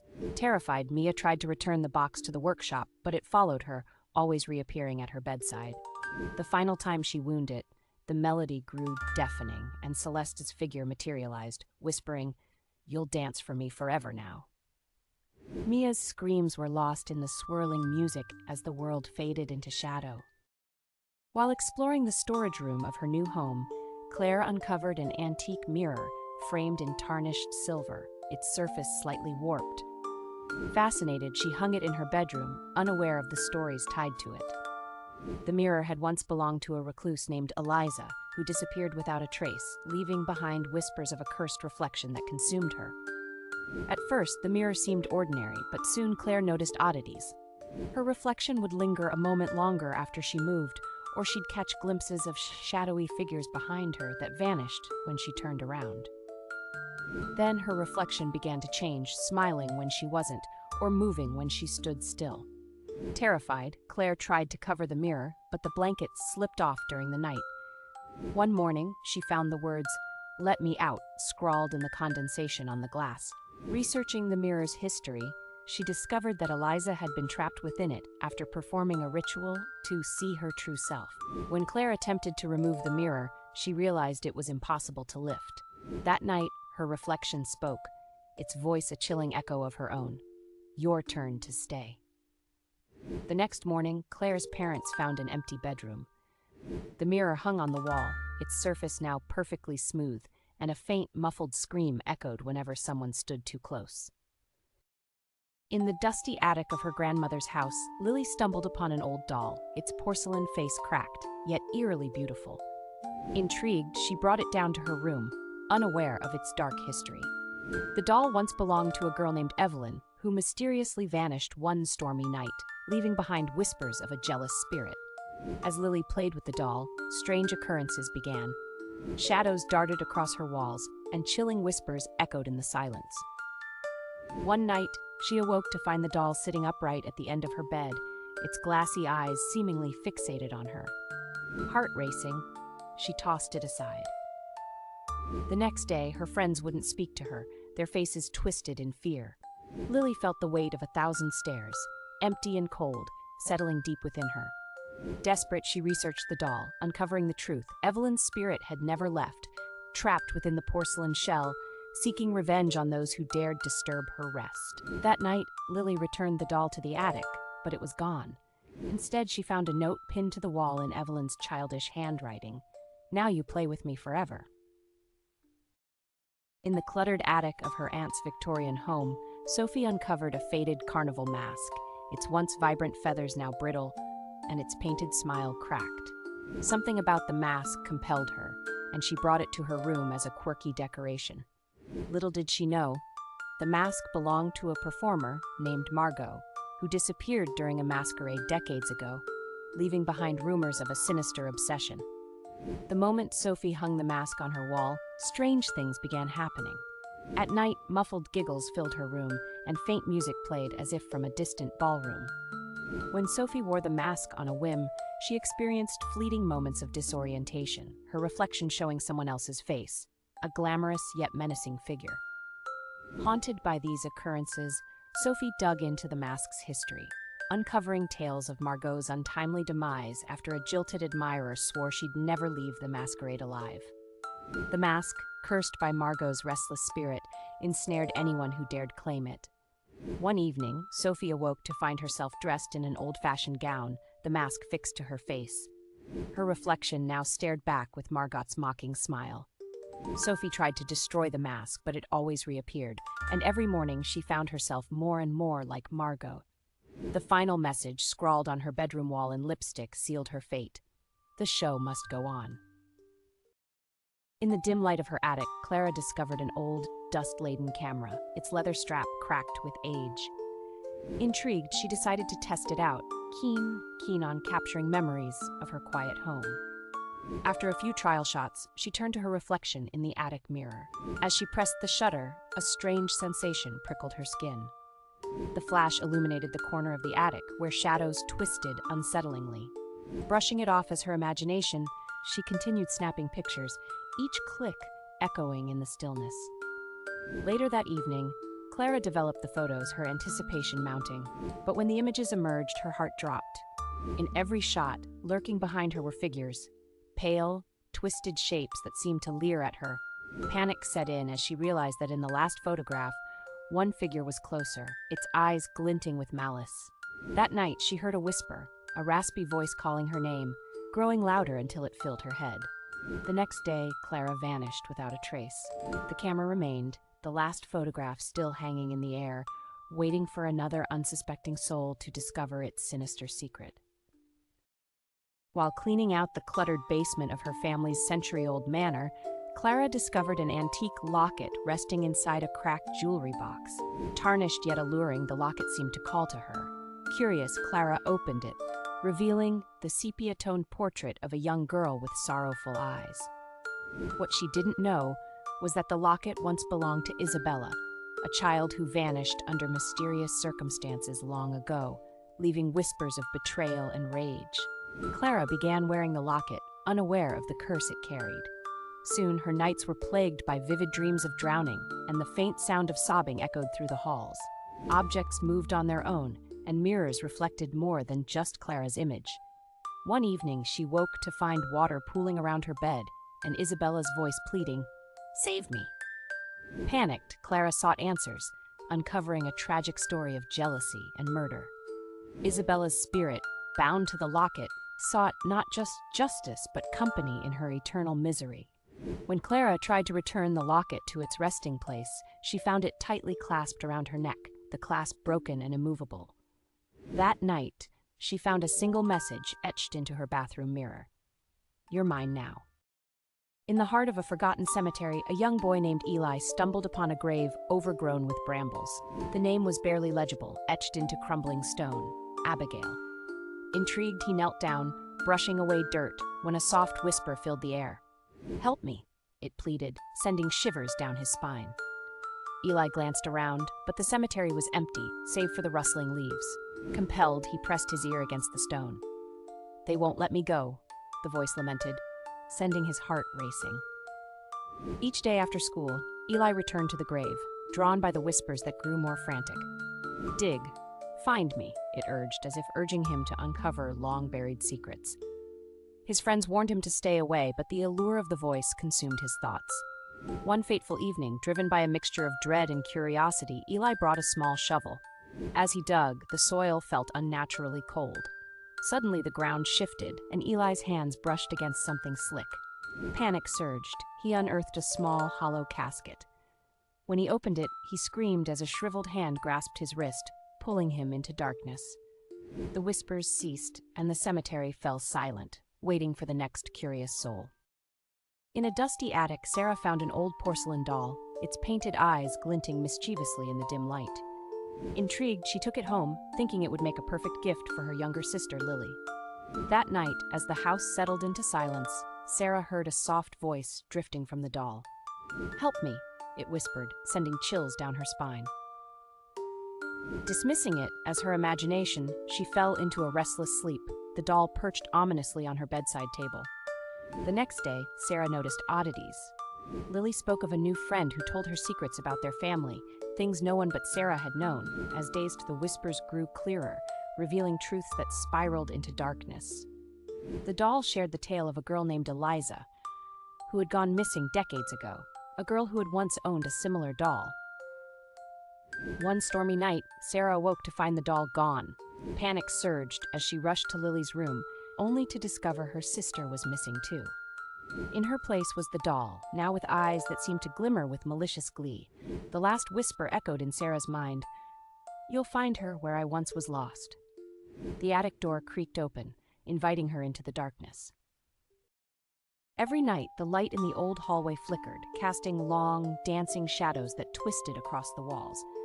Clara had grown accustomed to it, dismissing it as a mere electrical fault. But tonight felt different. The air was thicker, charged with an unsettling energy. As she passed the doorway, the light dimmed, and a shape seemed to flicker just at the edge of her vision. She halted, heart racing, peering into the darkness. Nothing moved, yet she felt a presence behind her. She spun around, but the hallway was empty. Shaking off the feeling, Clara returned to her room. The flickering resumed, more insistent now. Each pulse of light revealed the outline of something, tall, slender, and impossibly still. She grabbed her phone, the screen illuminating the room, and cautiously stepped back into the hallway. The light was brighter now, almost blinding, and as it flickered, the shape morphed, growing closer with each pulse. In an instant, the light went out, plunging her into darkness. Clara was frozen, terror gripping her as she felt cold breath on her neck. The moment the light flickered back on, she gasped, realizing she was not alone. There in the glow stood a version of herself, eyes wide with horror, trapped in a silent scream. The old house creaked with age, but it was the whispers that unsettled Mia most. Each night, as she settled into her bed, the soft murmurs drifted down from the attic. At first, she dismissed them as the wind or her imagination, but they grew more distinct, forming a haunting chorus of unintelligible words. Curiosity gnawed at her until, one fateful night, she resolved to investigate. Grabbing a flashlight, she climbed the rickety stairs, the air growing cold and thick with unease. The whispers swirled around her, now sounding like pleas. "Help us," they seemed to beg. Heart-pounding, Mia pushed open the attic door.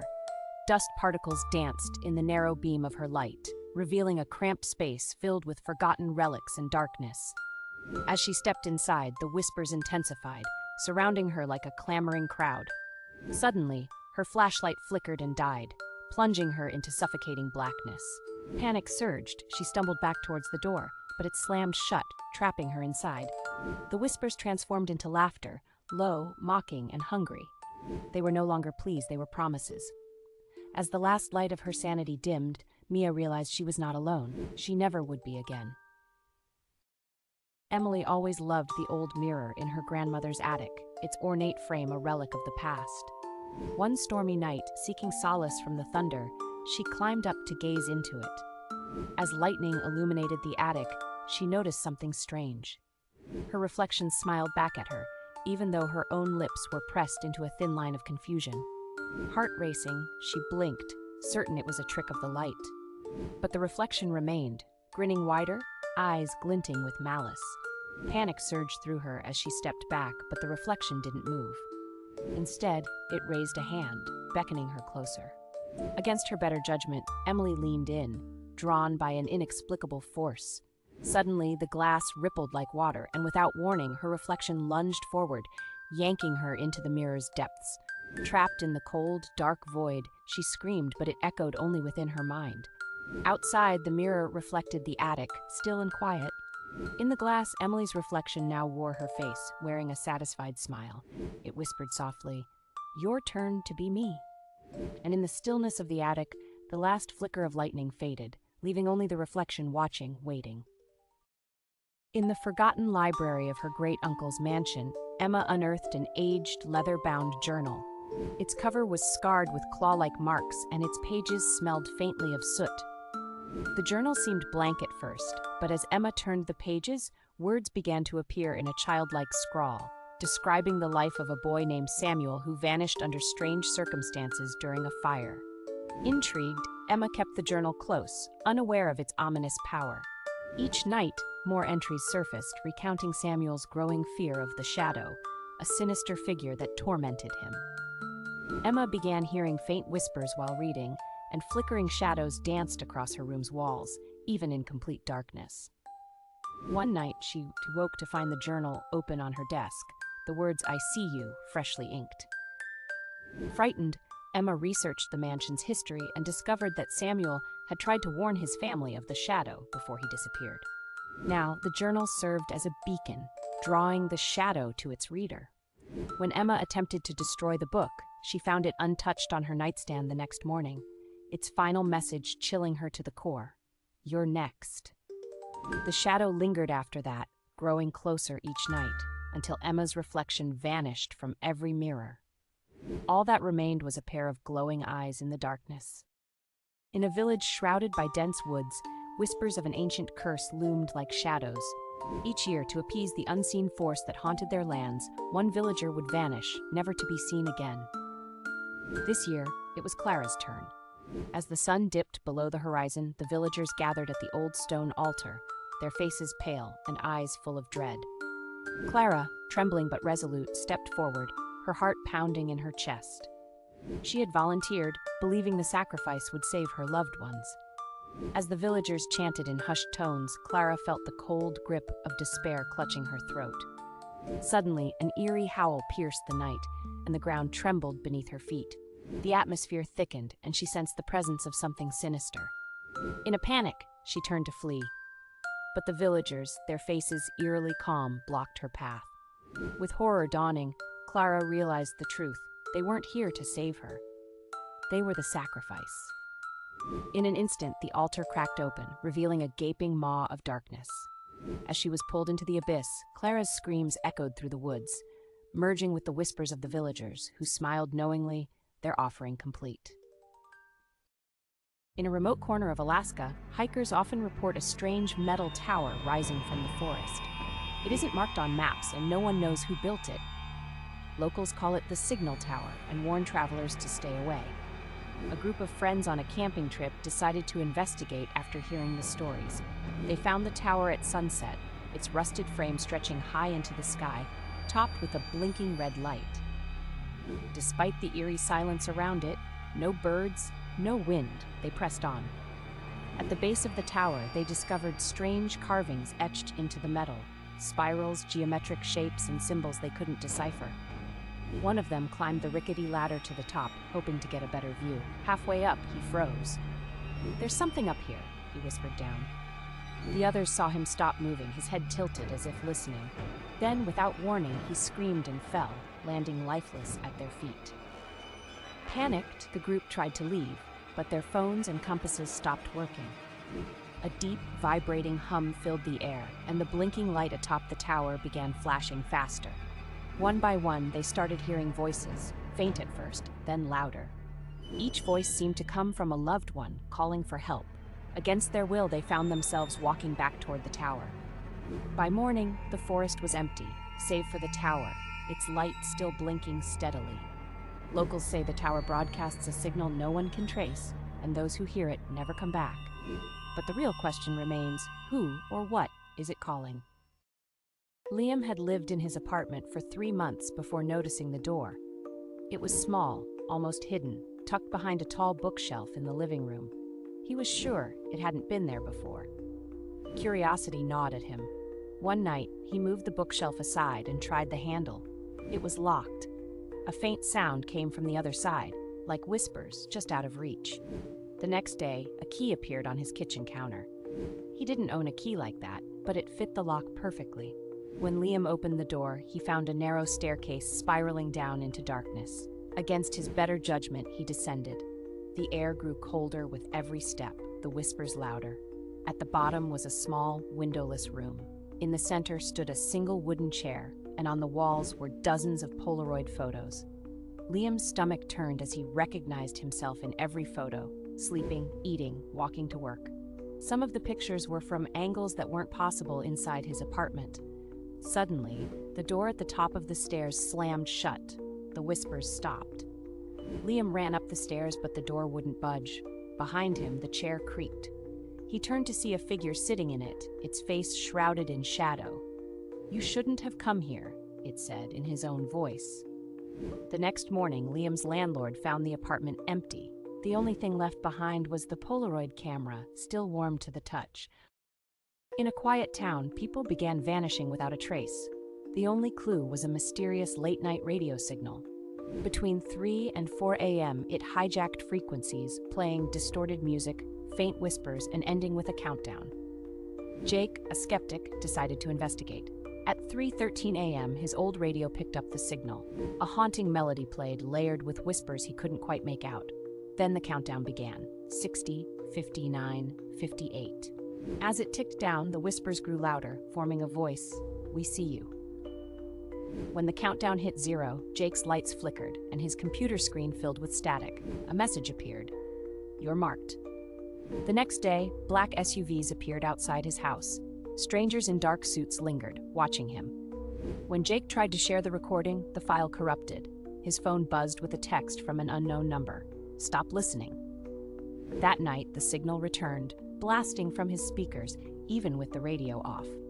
The countdown began again. Jake unplugged everything, but the whispers grew deafening, and the voice said, "It's time." The next morning, Jake was gone. His apartment was empty, as if he'd never lived there. Conspiracy theorists claim the signal is a recruitment tool, or a beacon for something not of this world. Late at night, the whispers still drift through the airwaves, carrying a chilling warning: "We see you." The Thompsons were thrilled to find an antique mirror at a local estate sale. It was tall, ornate, and perfect for their living room. But from the moment they hung it, strange things began to happen. At first it was small, a flicker in the corner of their vision, a shadow that didn't belong. Then, their daughter, Lily, claimed she saw someone in the mirror. "She looks like me," Lily said, "but she's not." One night, as the family watched TV, the mirror's surface rippled. John Thompson dismissed it as a trick of the light, but his wife swore she saw their reflections move when they hadn't.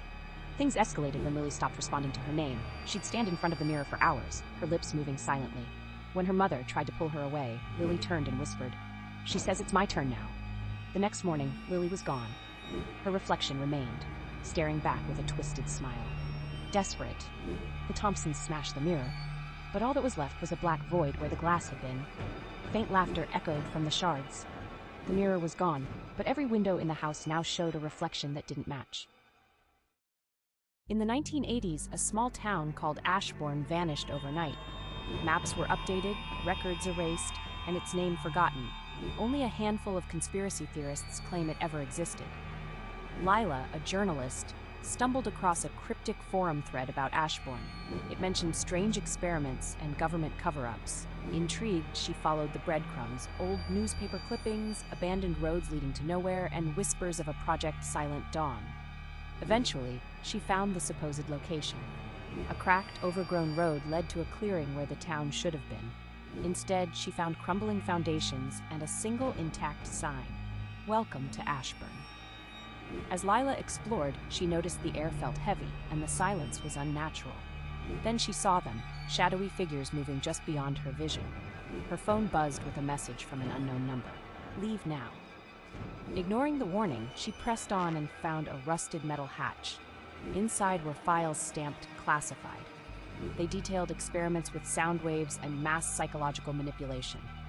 A final note read, "Containment failed. Evacuate immediately." Before she could leave, the shadows surrounded her. Her phone camera captured one last image, the Ashbourne sign, now pristine, with lights glowing faintly in the distance. Lila never returned, and her notes were wiped from the internet. Those who search for Ashbourne claim to hear faint whispers calling them back, but no one who goes looking ever comes home.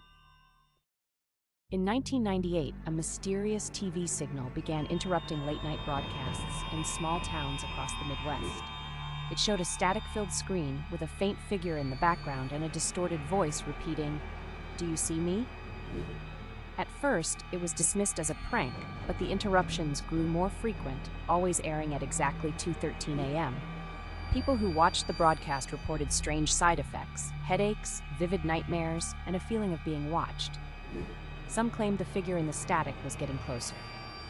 One night, David, an insomniac, decided to record the broadcast. He watched as the static shifted, revealing a pale, hollow-eyed figure staring directly at him. The voice whispered, "I see you now." The next morning, David's neighbors found his TV on, the screen cracked. He was gone, with no signs of a struggle except for a single handprint burned into the carpet. After David's disappearance, the broadcast stopped. But conspiracy theorists claim it wasn't random. The towns where it aired have the highest rates of missing persons, and those who watched it still report seeing the figure in their dreams, whispering, "You're next."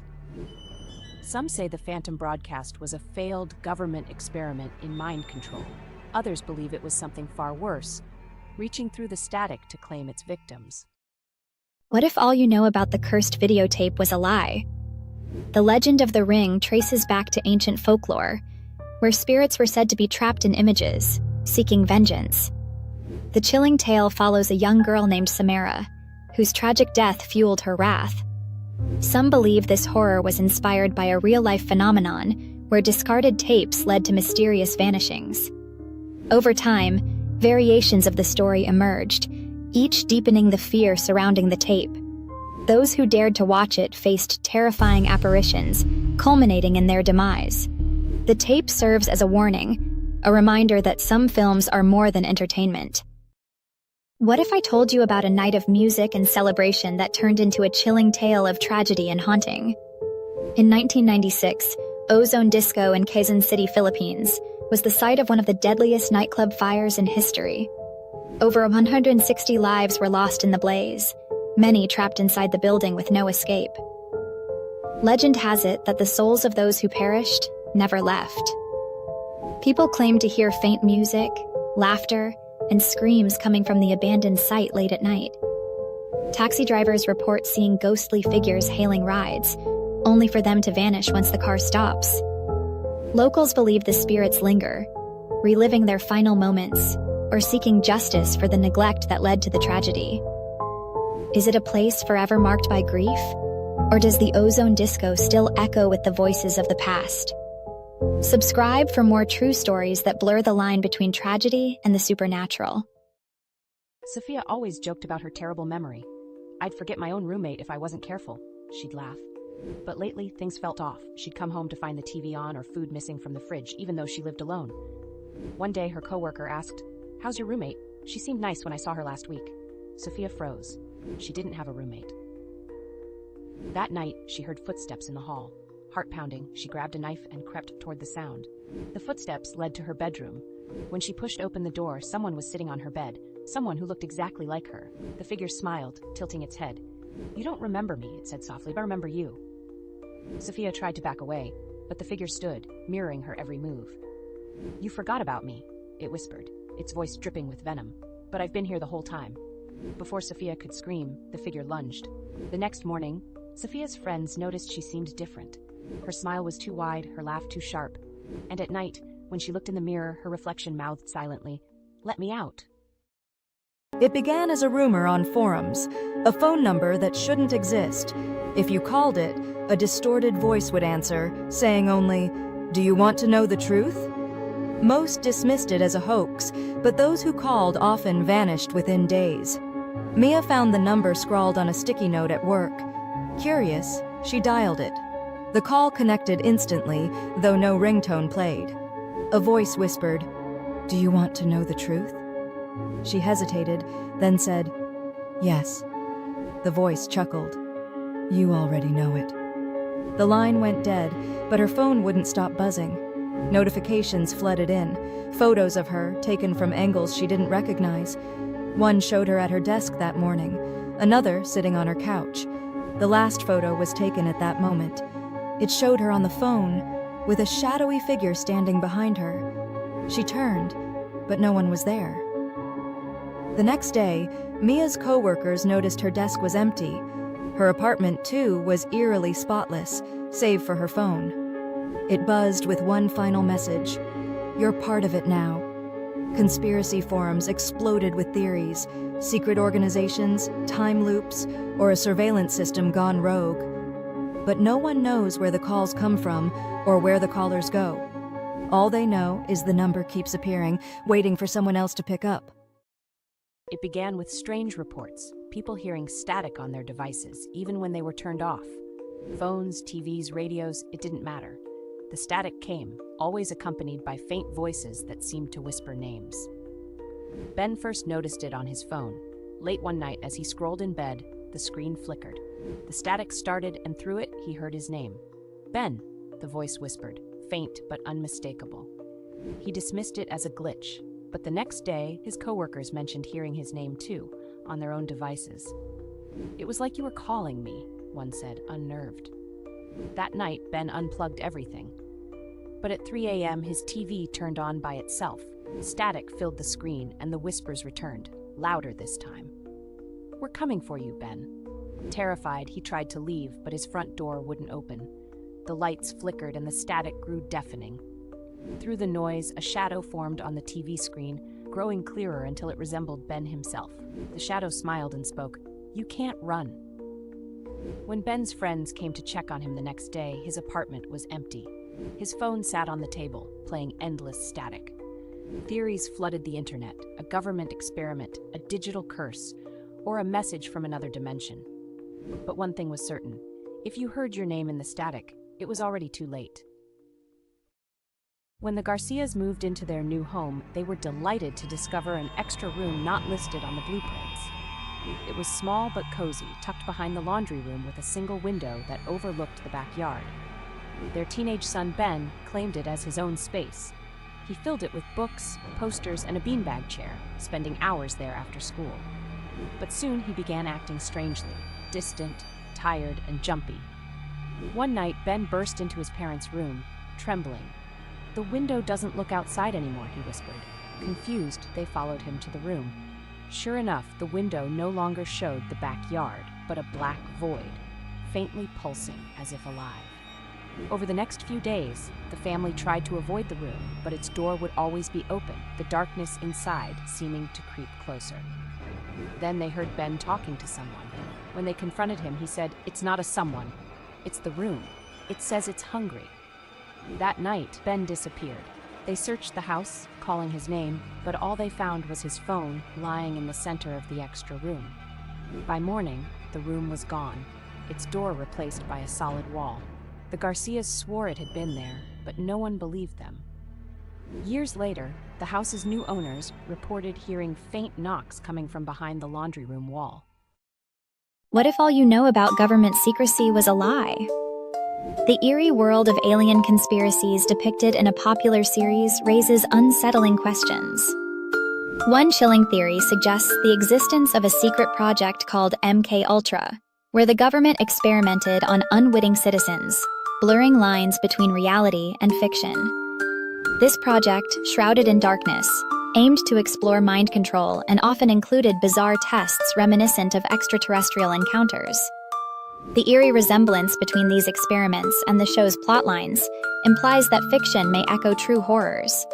Are we merely spectators, or are we being watched? Subscribe for more unnerving tales.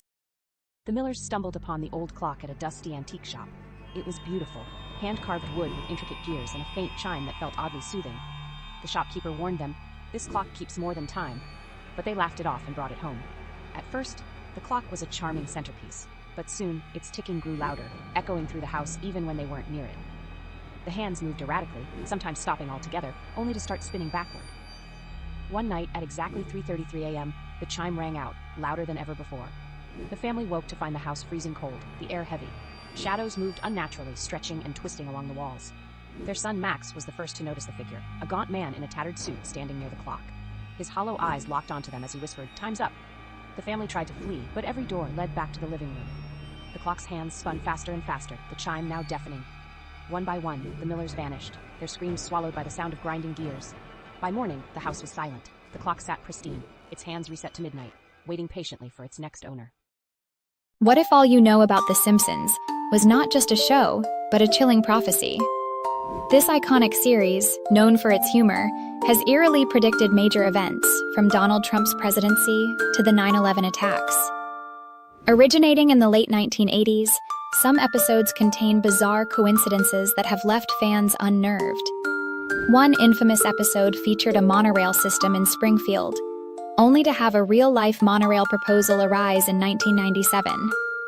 Over the years, Variations of this theory suggest that the show's creators possess a supernatural foresight. Real-life tragedies seem to echo in its plot lines, leading some viewers to wonder, is it all just a bizarre coincidence? Or is there something sinister at play? Subscribe for more chilling tales. It started as a rumor on conspiracy forums. A strange radio frequency, dubbed the Black Signal, could be picked up at exactly 3:03 a.m. on shortwave radios. Those who tuned in claimed to hear a distorted voice delivering cryptic messages, coordinates, or chilling warnings like, "They are watching." Jake, a self-proclaimed conspiracy enthusiast, decided to investigate. He dusted off an old radio, set his alarm for 3 a.m., and tuned in. At first, there was only static.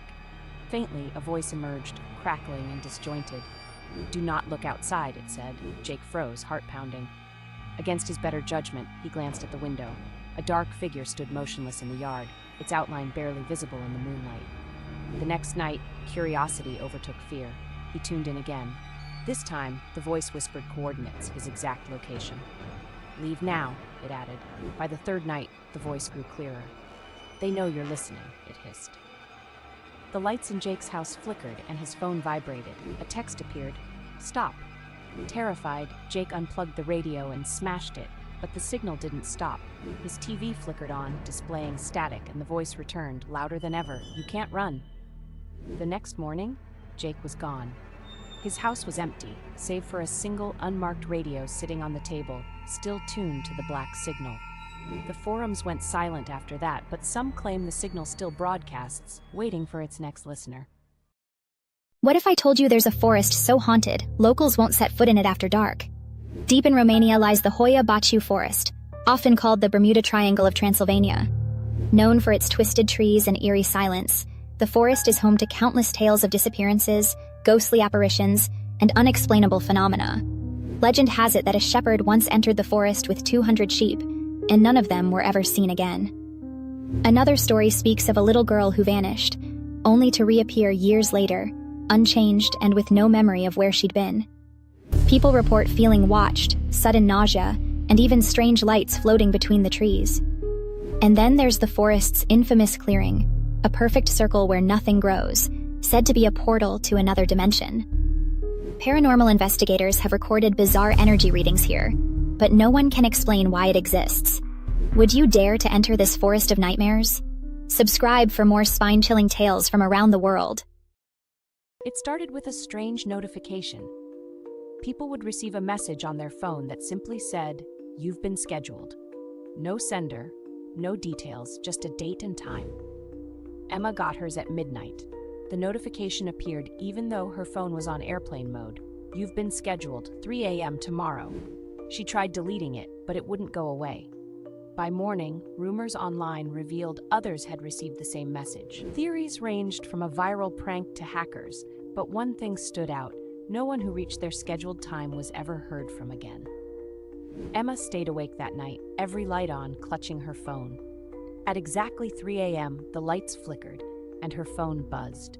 The screen lit up with a live feed of her own living room. In the video, a figure stood behind her. Emma spun around, but the room was empty. The screen now displayed a countdown. Panicked, she tried to call for help, but her phone was locked to the timer. The figure reappeared on the screen, closer now, its face blurred but its intent clear. The countdown hit 0. The screen went black. The next day, Emma's apartment was silent. Her phone lay on the floor, the notification still glowing. "You've been scheduled." Conspiracy theorists claim the notifications are part of a sinister AI experiment or a ritualistic purge, but no one knows who or what is behind it. All they know is when the message comes, you can't escape your appointment. It started with sudden blackouts. Entire neighborhoods plunged into darkness, always at 3 a.m., lasting exactly 13 minutes. When the power returned, residents reported the same thing. Their TVs and radios turned on, broadcasting a faint signal. The broadcast was eerie, distorted voices, static, and a faint, rhythmic tapping. Those who listened too closely swore they heard their own names whispered. Maya, a night owl, decided to investigate. When the blackout hit her street, she lit a candle and turned on her radio. The static came first, then the voices, faint and overlapping. She froze when she heard her name, spoken in her own voice. Suddenly, the tapping grew louder, more deliberate, as if someone or something was inside her house. She grabbed her flashlight and followed the sound to her living room. Her TV had turned on, showing a live feed of her standing there, holding the flashlight. Then the screen flickered, and a shadow appeared behind her in the broadcast. Maya spun around, but the room was empty. The voice from the TV whispered, "You've been chosen." When the power returned, Maya was gone. Her house was left undisturbed, except for the TV, which played static on an endless loop. Conspiracy theorists claim the blackouts are tests for a larger event, a way to identify and take targets. But those who disappear never return, and the broadcasts continue, whispering new names into the night. Flight 717 was a routine red-eye from Chicago to Denver. It was a clear night, and passengers settled in for the short flight. But 45 minutes in, the plane abruptly disappeared from radar.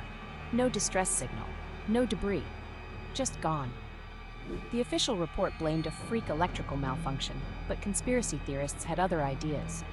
Some claimed the plane was hijacked by shadowy government forces. Others believed it entered a time slip, or was abducted by something not of this world. Months later, strange reports surfaced. A farmer in Nebraska claimed to see a plane hovering silently in the sky before vanishing. Hikers in Colorado found a field littered with charred airline seats, but no sign of passengers. Then, nearly a year to the day after its disappearance, Flight 717 reappeared. Air traffic controllers in Denver were stunned when the plane landed on an empty runway, its lights flickering. But there was no one on board. The seats were intact, luggage still stowed, and the cockpit was empty. Investigators found only one clue. The plane's black box recorded hours of static, interrupted by a single chilling phrase whispered over and over, "They took us." The plane was quietly dismantled, and officials dismissed the incident as a hoax. But late at night, conspiracy forums buzz with theories. Some say Flight 717 never landed at all, that what returned wasn't the same plane. Others claim to hear faint whispers when passing near the Denver airport, as if the passengers are still calling for help. Clara always closed her curtains before bed, but lately she'd wake to find them slightly open. Her neighbors began mentioning seeing her standing at the window late at night, staring out. "You were just watching," her friend said one morning. "I waved, but you didn't move." Clara laughed nervously. "I was asleep." One night, she stayed awake, determined to catch whatever was happening. At 3 a.m., a faint tapping came from the window. Heart pounding, Clara turned to see a figure standing outside, her own face staring back at her. The shadow smiled and tapped again, its movements jerky and unnatural. "Let me in," it mouthed. Clara backed away, grabbing her phone, but when she looked again, the figure was inside, standing by the window. It moved toward her, its steps perfectly mirroring hers. "You've been living my life," it whispered. "Now it's my turn." Before Clara could scream, the shadow lunged. The next morning, Clara greeted her neighbors with a cheerful smile. But at night, behind the closed curtains, her reflection pressed its hands against the glass, its face twisted in silent, desperate terror. What if all you know about the Conjuring House was a lie? Originating from real-life events in the 1970s, this infamous location is steeped in horror.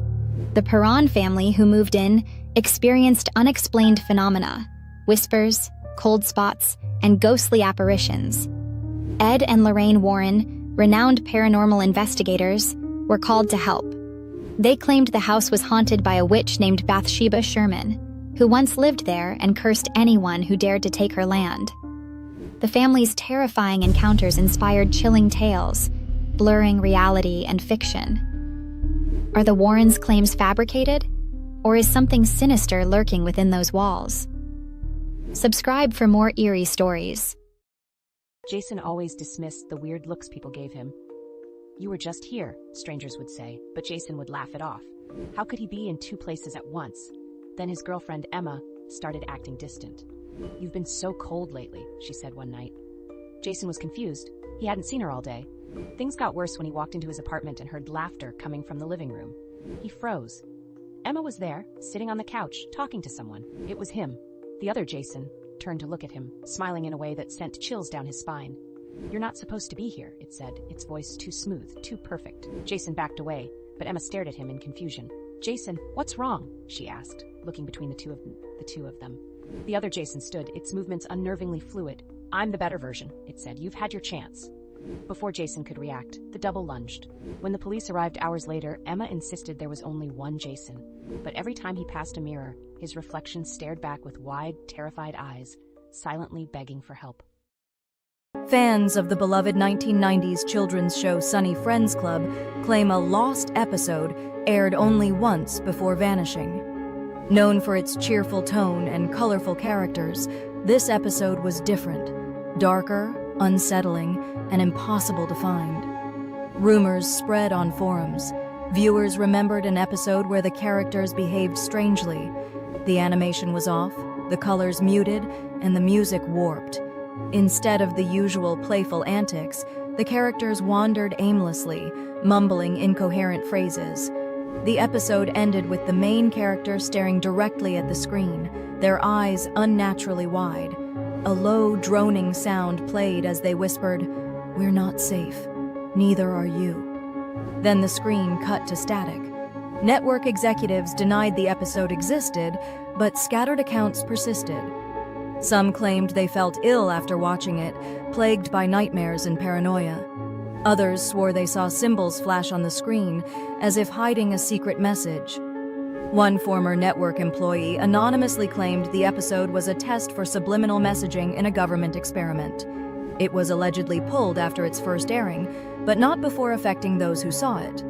To this day, no recordings have surfaced.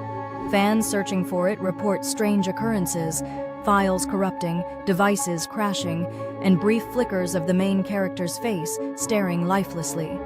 Was it a hoax, a cover-up, or something more sinister? All that remains is the whispered name, Sunny Friends Club. Evan, an IT technician for a government contractor, stumbled upon a hidden folder labeled Project Erebos while fixing a server glitch. Inside were redacted documents, blurry photos, and one video file. It showed a figure strapped to a chair, screaming, with a voice off camera asking, "Have you seen the eyes?" Suddenly, his computer froze, and a message flashed, "This file is not for you." The next day, his badge stopped working, and coworkers avoided him. That night, Evan received a call from a distorted voice. "Delete everything. They're watching." Evan wiped his computer, but it was too late. Black SUVs parked near his house, and strangers stared at him in public. His accounts were frozen.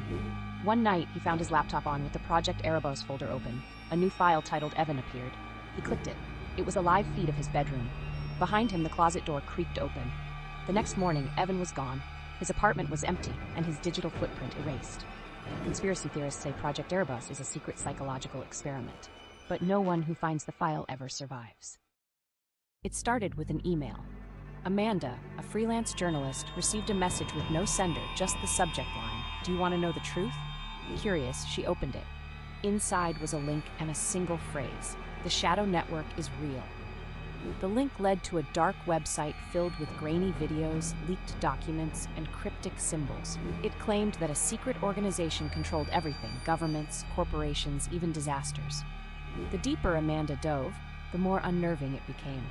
Names of missing people appeared in files, all listed under the ominous term, erased. Soon, strange things started happening. Her phone would light up with unknown numbers that hung up as soon as she answered. She noticed black SUVs parked near her apartment. One night, her laptop turned on by itself, the screen flashing the words, "Stop digging." But Amanda didn't stop. She downloaded files that hinted at experiments in mind control, weather manipulation, and mass surveillance. One document claimed, "The Shadow Network sees all. Once you've found them, they've already found you." The final straw came when she returned home to find her apartment ransacked. Her laptop and files were gone, but a single note was left on her desk: "You've been warned." Amanda tried to go public, but no one believed her. Her story was buried, her accounts frozen, her life dismantled piece by piece. One day, she vanished entirely. Conspiracy theorists now whisper about the Shadow Network and warn others. If you look for them, they'll make sure no one ever finds you. Deep in the Sahara Desert, a blurry satellite image surfaced online, a massive, black pyramid buried beneath the sand. It wasn't on any map, and official records denied its existence. But conspiracy theorists were certain this was no ordinary structure. A group of explorers set out to find it, live streaming their journey. Days passed with nothing but endless dunes. Then the feed went silent. Hours later, It resumed briefly, showing a massive, obsidian-like pyramid rising from the sand, its surface smooth and impossibly dark. The camera panned shakily as the team entered. Inside, the walls were covered in strange symbols, glowing faintly. The explorers whispered nervously, describing a low hum that seemed to vibrate in their bones. One of them pointed out that their GPS had stopped working. Suddenly, the stream cut to black. No one heard from the team again. Days later, the video vanished from the internet, along with any mention of the pyramid. Those who shared it reported strange knocks at their doors late at night, or their devices mysteriously wiped clean. Some believe the pyramid is an ancient alien structure. Others say it's a government experiment buried in secrecy. But those who look for it often disappear, leaving only one chilling warning behind. Don't go near the Black Pyramid. It doesn't want to be found. What if I told you that a tiny island off the coast of Australia might hold the key to one of the world's most bizarre disappearances? In 1930, the famous Australian explorer, Frederick Valentich, vanished without a trace while flying over the Bass Strait. The last thing he told air traffic control was that he was being followed by a strange, unidentified flying object. Valentich's plane was never found, and neither was he. But what makes this case even more eerie is the strange radio transmission he sent just before disappearing, describing a craft that seemed to match no known aircraft. Some believe he encountered extraterrestrial life, while others think he met a more earthly fate. To this day, the mystery of Frederick Valentich's disappearance remains unsolved, with some believing the truth is out there. Hit subscribe for more mysterious tales of the unexplained and the unknown. In Zanzibar, a fearsome entity known as Popobawa prowls the night, a shape-shifting demon rumored to attack unsuspecting victims in their sleep. The legend traces back to the 1960s, with reports of its terrifying presence making headlines. Witnesses claim Popobawa can transform into different forms, often described as a bat-like creature. Those who encounter it are left paralyzed with fear, experiencing a suffocating weight on their chests. Some believe it was born from dark magic or ancestral spirits, while others suggest it preys on the guilty. The Popobawa legend has inspired tales of terror, leading to mass hysteria and real-world violence. Dare to explore the dark? Subscribe for more chilling stories. Deep in the heart of Australia's dense eucalyptus forests, an ancient predator waits in silence. The Yara Mayahu, a creature from Aboriginal folklore. Unlike traditional monsters, it needs no weapons. Small and red-skinned, with an oversized head and bulbous eyes, its most unnerving feature is its hands and feet, tipped with sucker-like pads. The Yara Maya, who hunts during the day, perched in the branches of fig trees. It doesn't attack like a beast, but waits patiently for an unsuspecting traveler to rest beneath its tree. Without a sound, it drops down, latching onto its victim and draining their strength through its suckers. But the horror doesn't end there. Legend says the Yara Maiha, who swallows its prey whole, only to regurgitate them moments later. The victim emerges disoriented and changed, shorter, redder, and less human with each encounter. Those who fall prey multiple times are said to transform entirely, becoming Yara Maya, who themselves, forever cursed to haunt the forests. Explorers have told of sudden feelings of dread under fig trees, their energy inexplicably sapped. Some claim to have seen strange, red-skinned figures lurking just out of sight. Whether real or imagined, the warning remains. If you venture into the outback, never rest under the shadow of a fig tree. The Yara Maiha who is always watching, and it's always hungry. What if I told you the word abracadabra wasn't just a magician's trick, but an ancient spell tied to forces we barely understand? A word whispered through centuries, carrying a power both feared and revered. Its origins are cloaked in mystery. Some believe it comes from the Aramaic phrase, "I create as I speak," spoken to invoke creation or destruction. Others link it to Abraxas, a name tied to ancient demons and forbidden secrets. In the 2nd century, Roman healers used it in rituals to banish sickness. They wrote it in a triangular pattern, the letters vanishing line by line, as if erasing a curse, or calling something darker into being. But what if abracadabra was never meant for healing? What if its true purpose was to summon forces lurking in the shadows, waiting to answer when we speak its name? If this sends chills down your spine, subscribe now and join us as we explore more tales of the unknown. What if I told you about the black-eyed children, a mysterious and terrifying phenomenon that has been reported around the world? Imagine this. It's late at night, and there's an unexpected knock at your door. You peek outside and see two children standing there, their heads slightly lowered. They speak softly, asking to come in, maybe to use your phone or wait for a ride. At first, they seem ordinary, but something feels deeply wrong. Then you notice their eyes, completely black. No whites, no pupils, just endless voids staring back at you. Witnesses describe feeling a chilling, unexplainable fear in their presence. The children are eerily calm, but their persistence is unsettling, almost hypnotic. Legends warn that letting them in could bring catastrophe, though the true consequences remain unknown. No one knows where they come from or what they are. Spirits? Aliens? Demons? Their existence defies explanation, and their intentions remain a sinister mystery. So, if you ever hear a knock at night and see a pair of black, soulless eyes on the other side, remember, some doors are better left unopened. Subscribe for more haunting tales. La Llorona, or the Weeping Woman, is a haunting figure in Latin American folklore, particularly in Mexico. Her tale begins with a beautiful woman named Maria, who fell in love with a wealthy man. After giving birth to 2 children, he abandoned her, leading to her madness. In a fit of rage and despair, she drowned her children in a river, only to realize her tragic mistake moments later. Consumed by grief, she took her own life. Legends say her spirit roams rivers and lakes, weeping for her lost children, luring the unsuspecting to their doom. Variations of the story exist, often warning children to avoid the water at night, fearing the sorrowful wails of La Llorona, a reminder of lost love and regret. If you enjoyed this content and want to see more, please consider subscribing. Thanks for watching. The chupacabra, a fearsome creature, first emerged in Puerto Rico in the 1990s, where it was blamed for the mysterious deaths of livestock, particularly goats. Eyewitness accounts describe it as a reptilian beast with sharp fangs and glowing eyes. Various reports from Mexico and the United States highlight its ability to drain the blood of animals, leaving behind lifeless bodies. Over the years, many interpretations of the legend have surfaced, from a government experiment gone wrong to an alien creature.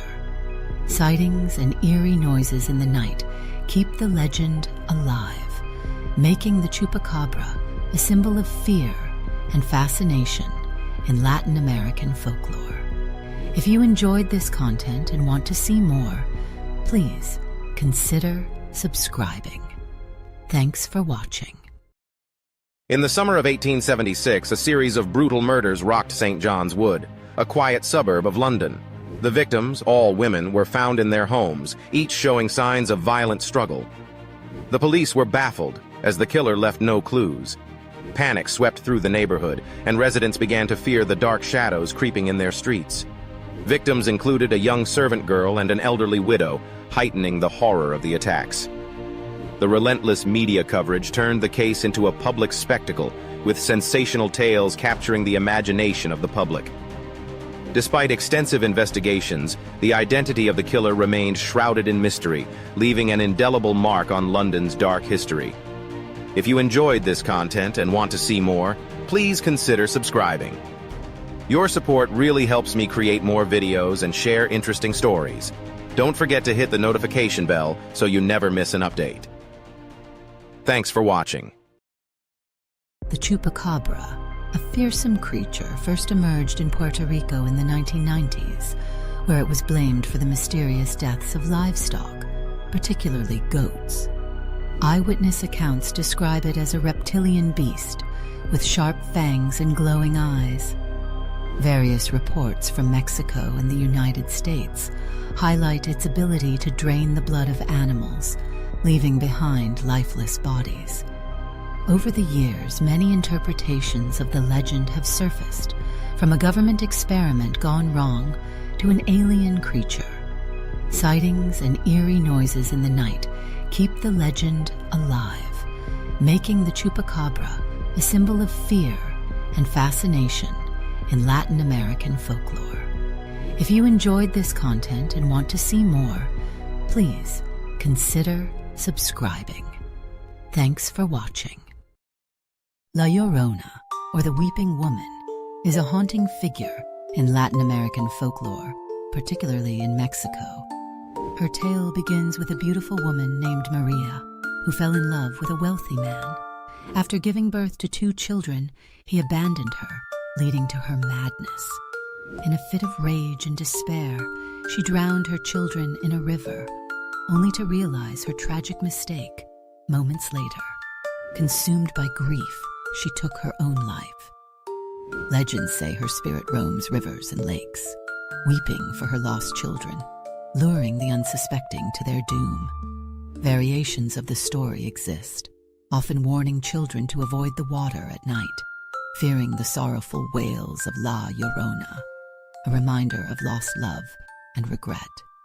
If you enjoyed this content and want to see more, please consider subscribing. Thanks for watching. Emma loved exploring her new home, especially the attic. One night, while her parents slept, she heard soft whispers from above. Intrigued, she grabbed her flashlight and climbed the creaky stairs. The air was thick and cold, sending shivers down her spine. As she reached the top, the whispers grew louder, a cacophony of hushed voices calling her name. "Emma, come play." The beam of her flashlight flickered, revealing a dusty old mirror, its surface smeared and cracked. Suddenly, the whispering stopped. Emma leaned closer, entranced. In the reflection, shadows loomed behind her, grinning. She turned, but nothing was there. The next morning, her parents found only the mirror, and Emma was gone, forever trapped in the whispers. The Wendigo is a legendary creature from Algonquin folklore, symbolizing the dangers of greed and cannibalism.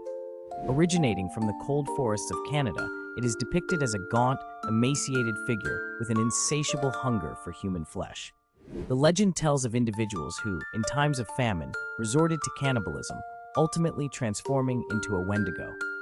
Over the years, various accounts have emerged, painting the Wendigo as a cautionary tale against selfishness and moral decay. Real-life occurrences of mysterious disappearances in the wilderness have fueled the legend's chilling aura, leaving an indelible mark on both indigenous culture and modern horror narratives. Emma loved exploring her new home, especially the attic. One night, while her parents slept, she heard soft whispers from above. Intrigued, she grabbed her flashlight and climbed the creaky stairs. The air was thick and cold, sending shivers down her spine. As she reached the top, the whispers grew louder, a cacophony of hushed voices calling her name. "Emma, come play." The beam of her flashlight flickered, revealing a dusty old mirror, its surface smeared and cracked. Suddenly, the whispering stopped. Emma leaned closer, entranced. In the reflection, shadows loomed behind her, grinning. She turned, but nothing was there. The next morning, her parents found only the mirror, and Emma was gone, forever trapped in the whispers. Emma loved exploring her new home, especially the attic. One night, while her parents slept, she heard soft whispers from above. Intrigued, she grabbed her flashlight and climbed the creaky stairs. The air was thick and cold, sending shivers down her spine. As she reached the top, the whispers grew louder, a cacophony of hushed voices calling her name. "Emma, come play." The beam of her flashlight flickered, revealing a dusty old mirror, its surface smeared and cracked. Suddenly, the whispering stopped. Emma leaned closer, entranced. In the reflection, shadows loomed behind her, grinning. She turned, but nothing was there. The next morning, her parents found only the mirror, and Emma was gone, forever trapped in the whispers. In the heart of the Whispering Woods, locals speak of strange occurrences. It began with the disappearance of a hiker, a young woman named Clara, who ventured into the forest seeking solitude. Days later, her belongings were found scattered beneath an ancient oak, the air thick with an unsettling silence. Those who approached the tree reported hearing whispers, as if the woods themselves were alive, sharing secrets. Inspired by real events from 1960s rural folklore, the whispers grew louder, drawing unsuspecting visitors. Some claimed to see shadows flitting between trees, while others felt unseen hands brush against them, urging them deeper into the darkness. The Whispering Woods became a place of dread, where curiosity turned to terror. In a dusty attic, a forgotten dollhouse stands eerily still. Each room reflects the lives of the family that once inhabited it, yet whispers of tragedy linger in the air. The dollhouse belonged to the Thompson family, whose tragic fate remains shrouded in mystery. Neighbors spoke of strange noises and shadows flickering at night. One evening, a fire consumed their home, leaving only this dollhouse intact. Local legends say it's a vessel for their restless spirits. Visitors claim to hear faint cries from its tiny rooms and feel a chill when peering through its windows. The dolls, eerily lifelike, seem to watch every move. What secrets do they conceal, waiting for someone brave enough to uncover the truth? Waverly Hills Sanatorium, once a refuge for tuberculosis patients, now looms abandoned, cloaked in mystery. Built in 1910, it became notorious for its gruesome treatments and high mortality rates. Many patients reportedly roamed the halls, desperate for relief. Folklore speaks of Room 502, where a nurse allegedly took her own life, her spirit forever trapped, luring curious souls. Visitors recount chilling encounters, whispers, shadows darting in the corners, and the sense of being watched. The infamous body chute served as a dark passageway, further deepening the macabre aura. Today, Waverly Hills stands as a chilling reminder of suffering, beckoning ghost hunters and thrill seekers alike into its haunted embrace.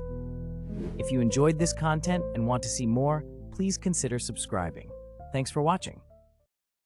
In the 1980s, a series of devastating house fires in the UK sparked a chilling legend, the Crying Boy painting. This artwork, depicting a sorrowful boy, was said to bring misfortune to its owners. As flames consumed homes, investigators noticed a disturbing pattern. Most of the victims owned a copy of this painting. Tales emerged of the painting's origins. It was created by the artist Giovanni Bragolin, who legend claims was inspired by a tragic story of a boy orphaned by a fire.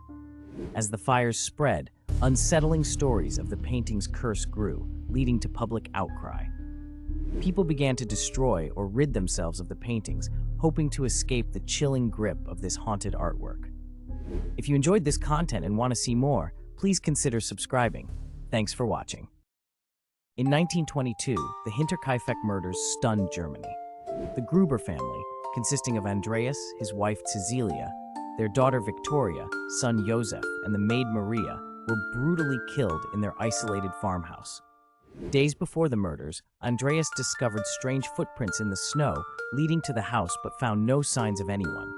The family reported eerie sounds and a mysterious stranger lurking nearby. On the night of the murders, the farm remained eerily quiet, but the horrific aftermath revealed gruesome details.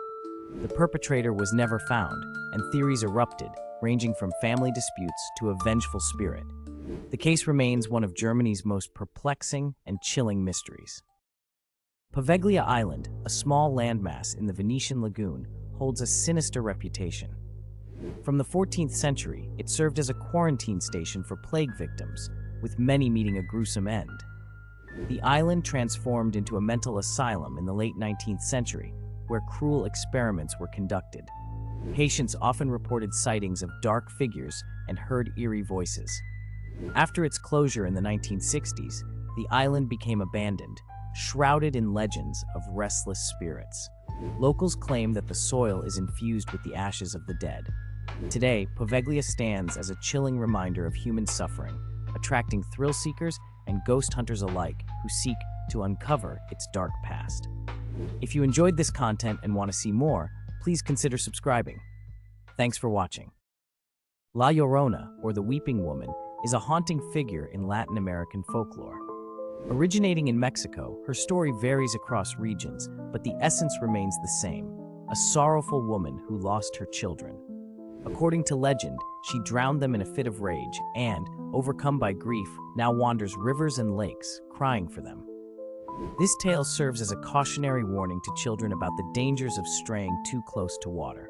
Some accounts suggest that La Llorona was once a beautiful woman named Maria who fell in love with a wealthy man. When he abandoned her, she sought revenge, leading to her tragic fate.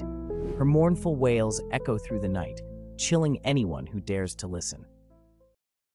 Poveglia Island, a small landmass in the Venetian lagoon, holds a sinister reputation. From the 14th century, it served as a quarantine station for plague victims, with many meeting a gruesome end. The island transformed into a mental asylum in the late 19th century, where cruel experiments were conducted. Patients often reported sightings of dark figures and heard eerie voices.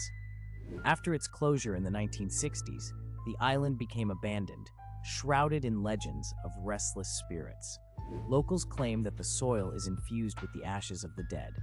Today, Poveglia stands as a chilling reminder of human suffering, attracting thrill seekers and ghost hunters alike who seek to uncover its dark past. If you enjoyed this content and want to see more, please consider subscribing. Thanks for watching. In Japan, whispers of Kuchisake Onna, the slit-mouthed woman, haunt the night. Originating in the Edo period, this vengeful spirit is said to wear a surgical mask, concealing a horrifying secret.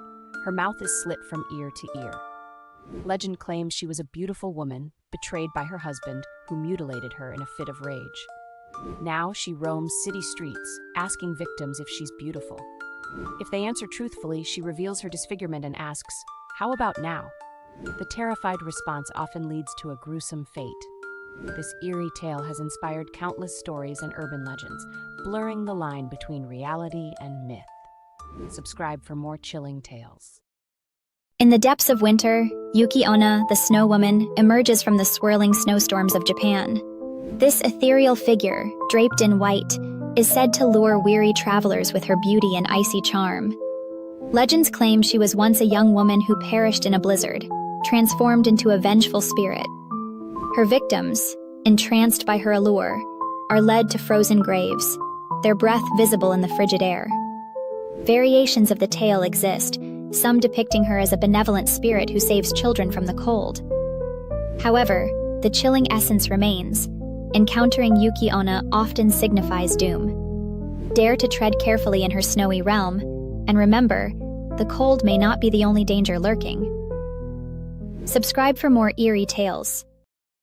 In Korea, the legend of Cheonyo Gaksi, or the ghostly bride, sends shivers through the spines of young men. It is said that she appears on rainy nights, dressed in a white wedding gown, her face obscured by a veil. Originating from a tale of a jilted bride who died tragically on her wedding day, she now haunts the living with her sorrowful wails. Victims describe her voice as enchanting, compelling them to follow her into the darkness. Some variations suggest she seeks revenge, while others portray her as a tragic figure yearning for love.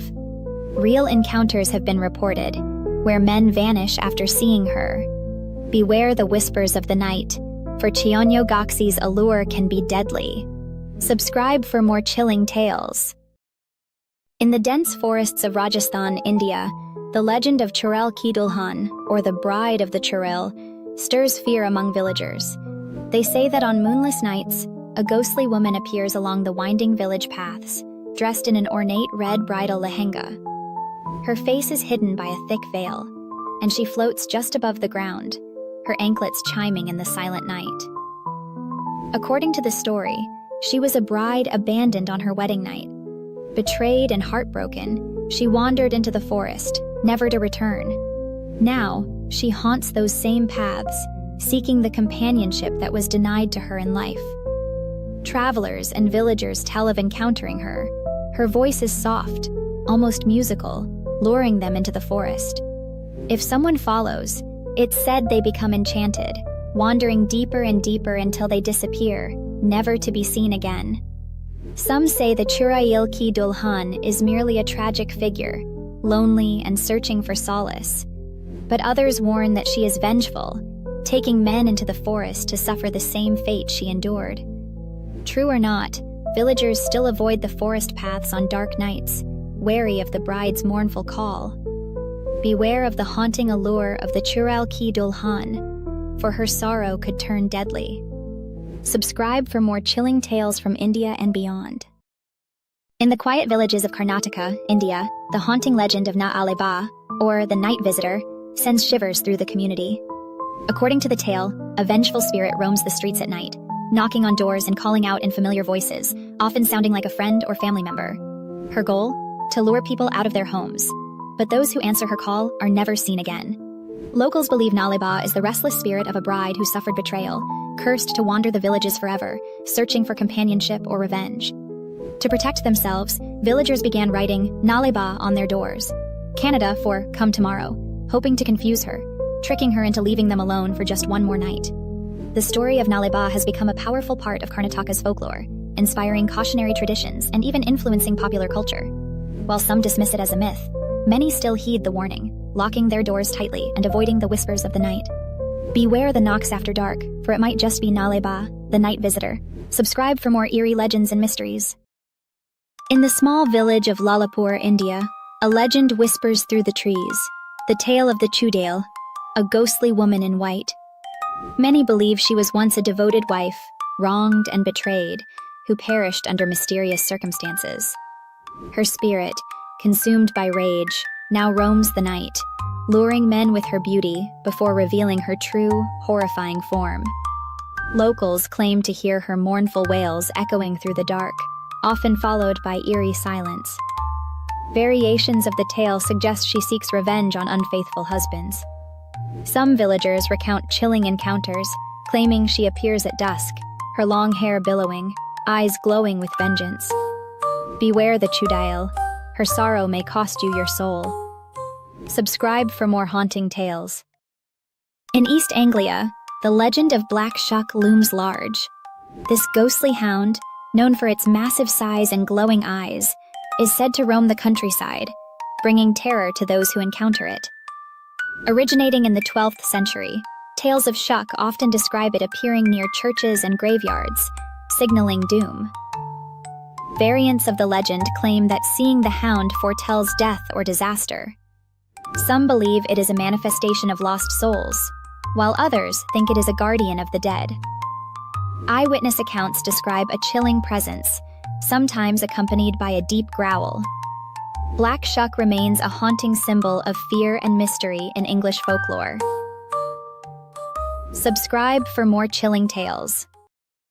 The Banshee, a spectral figure from Irish folklore, is known as a harbinger of death. Traditionally depicted as a woman in white or gray, her mournful wail signals the impending demise of a family member.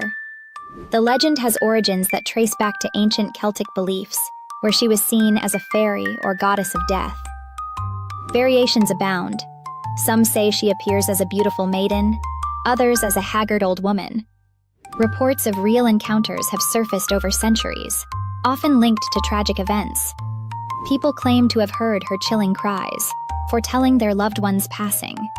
The Banshee remains a potent symbol of sorrow in Irish culture. Subscribe for more chilling tales. Aokigahara, known as Japan's suicide forest, lies at the foot of Mount Fuji, a place both serene and eerie. This dense woodland is steeped in legends of yurei, or restless spirits, believed to wander among the trees.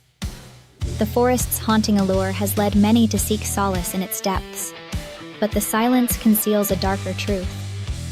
Originating in the 19th century, tales of despair intertwined with folklore, leading to its grim association. Some say the spirits of those lost to despair linger, whispering to wanderers, drawing them deeper. Real events, like the alarming number of suicides, only add to its chilling reputation. Dare to tread the path, but beware the darkness that pursues. Subscribe for more eerie tales. In the dense jungles of Southeast Asia, the legend of the Pontianak haunts the night. This vengeful spirit, believed to be the restless soul of a woman who died during childbirth, emerges under the moonlight, seeking revenge on unsuspecting men. Her disheveled hair covers a pale face, and her wails echo through the trees, signaling her presence. Stories tell of men disappearing after crossing her path, their screams swallowed by the darkness. Variations of the legend speak of her enticing victims with beauty before revealing her true form. Some say she can be appeased, but others urge caution. Beware the night, for the Pontianak is ever watchful. Subscribe for more chilling tales. In Korean folklore, the gumiho is a nine-tailed fox spirit, a shapeshifter known for its beauty and cunning. Originating from ancient tales, this creature is said to transform into a stunning woman to lure unsuspecting men. However, beneath its alluring exterior lies a dark hunger.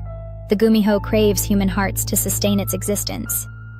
Variations of the legend exist, with some depicting the gumiho as a tragic figure, cursed to roam the earth for eternity.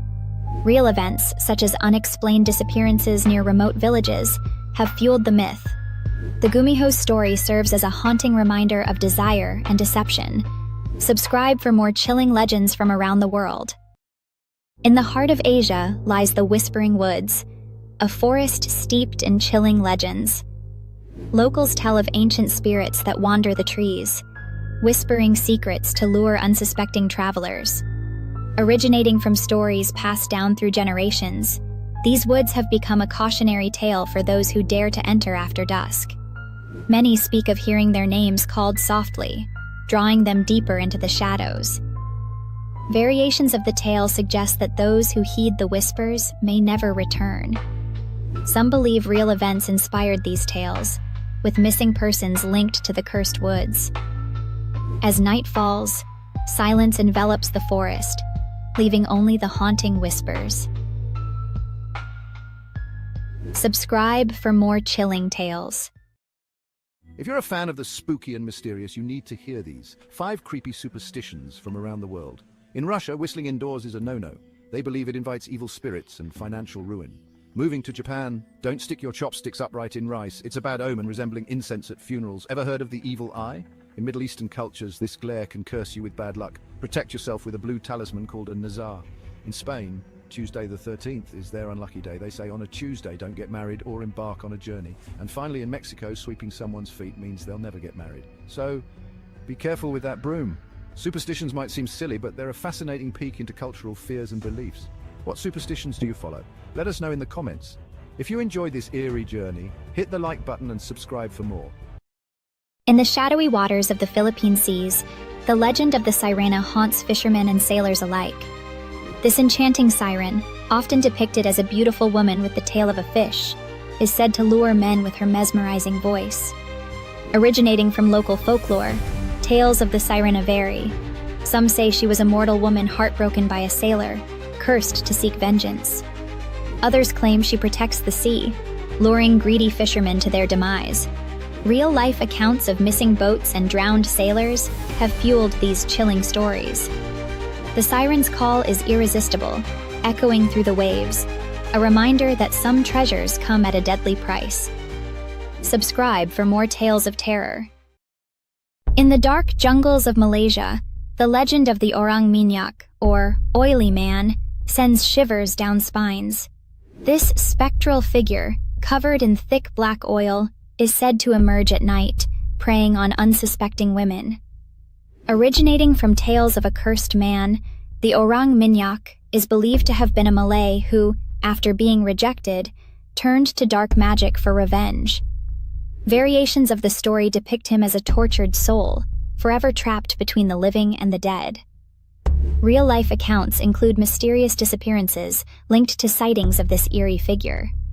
As the night falls, remember, the Orang Minyak may be lurking just beyond the shadows. Subscribe for more chilling tales. Maria was home alone, scrolling through her phone late at night when she got a text from her mom. "I'm almost home. Don't forget to lock the doors." Her stomach dropped. Her mom was already home. Maria had said goodnight to her hours ago and watched her walk into her bedroom. Trying to calm herself, she replied, "What do you mean? You're already here." A few seconds later, another text came through. "No, I'm still at work. Who's in the house with you?" Maria's breath hitched. Her hands trembled as she slowly crept toward her mom's room. Her heart pounded with every step. She pressed her ear against the door but heard nothing. Gathering her courage, Maria turned the doorknob and peeked inside. The bed was empty. Her phone buzzed again. This time the message read, "Sweetheart, if you're in the house, don't go near it." Suddenly, the sound of slow, deliberate footsteps echoed down the hall behind her. And then, close, far too close, she heard a low whisper.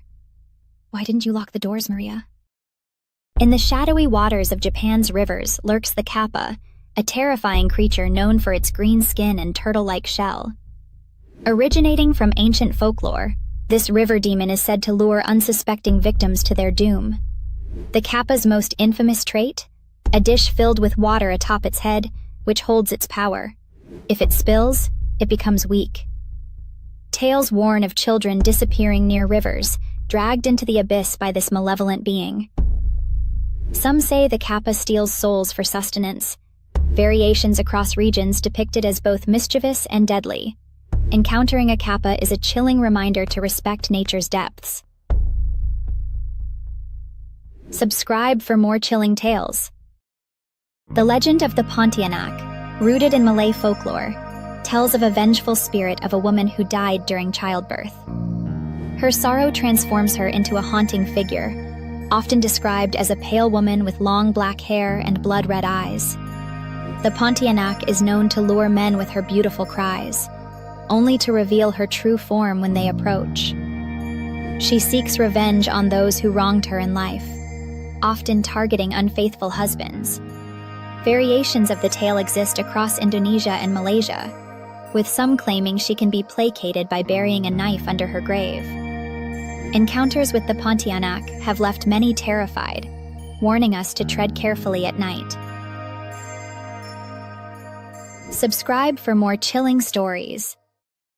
In the heart of Vietnam, whispered tales tell of the wailing woman of the river. Legend has it she was once a loving mother, tragically losing her child to the river's depths. Consumed by grief, she now roams the riverbanks, her mournful cries echoing through the night. Locals say her presence brings misfortune, and many have reported eerie sightings, a pale figure draped in white, searching desperately as the waters lap against the shore. Variations of her story abound. Some claim she lures children close, while others warn of her vengeful spirit. Those who hear her cries are urged to leave offerings, lest they become her next victims. Subscribe for more chilling tales from the shadows. In the dim alleys of an abandoned town, whispered stories speak of the cartoon cat, a grinning, otherworldly figure with long, elastic limbs and jet-black fur. Legend says this creature was born from forgotten animations, left to decay in the void between reels. Now it stalks the edges of reality, lurking in shadowy corners where no light can reach. Those who encounter Cartoon Cat describe its unsettling appearance. A distorted smile too wide for its face, hollow eyes that seem to pierce through you, and an eerie, static-filled laugh that sends shivers down the spine.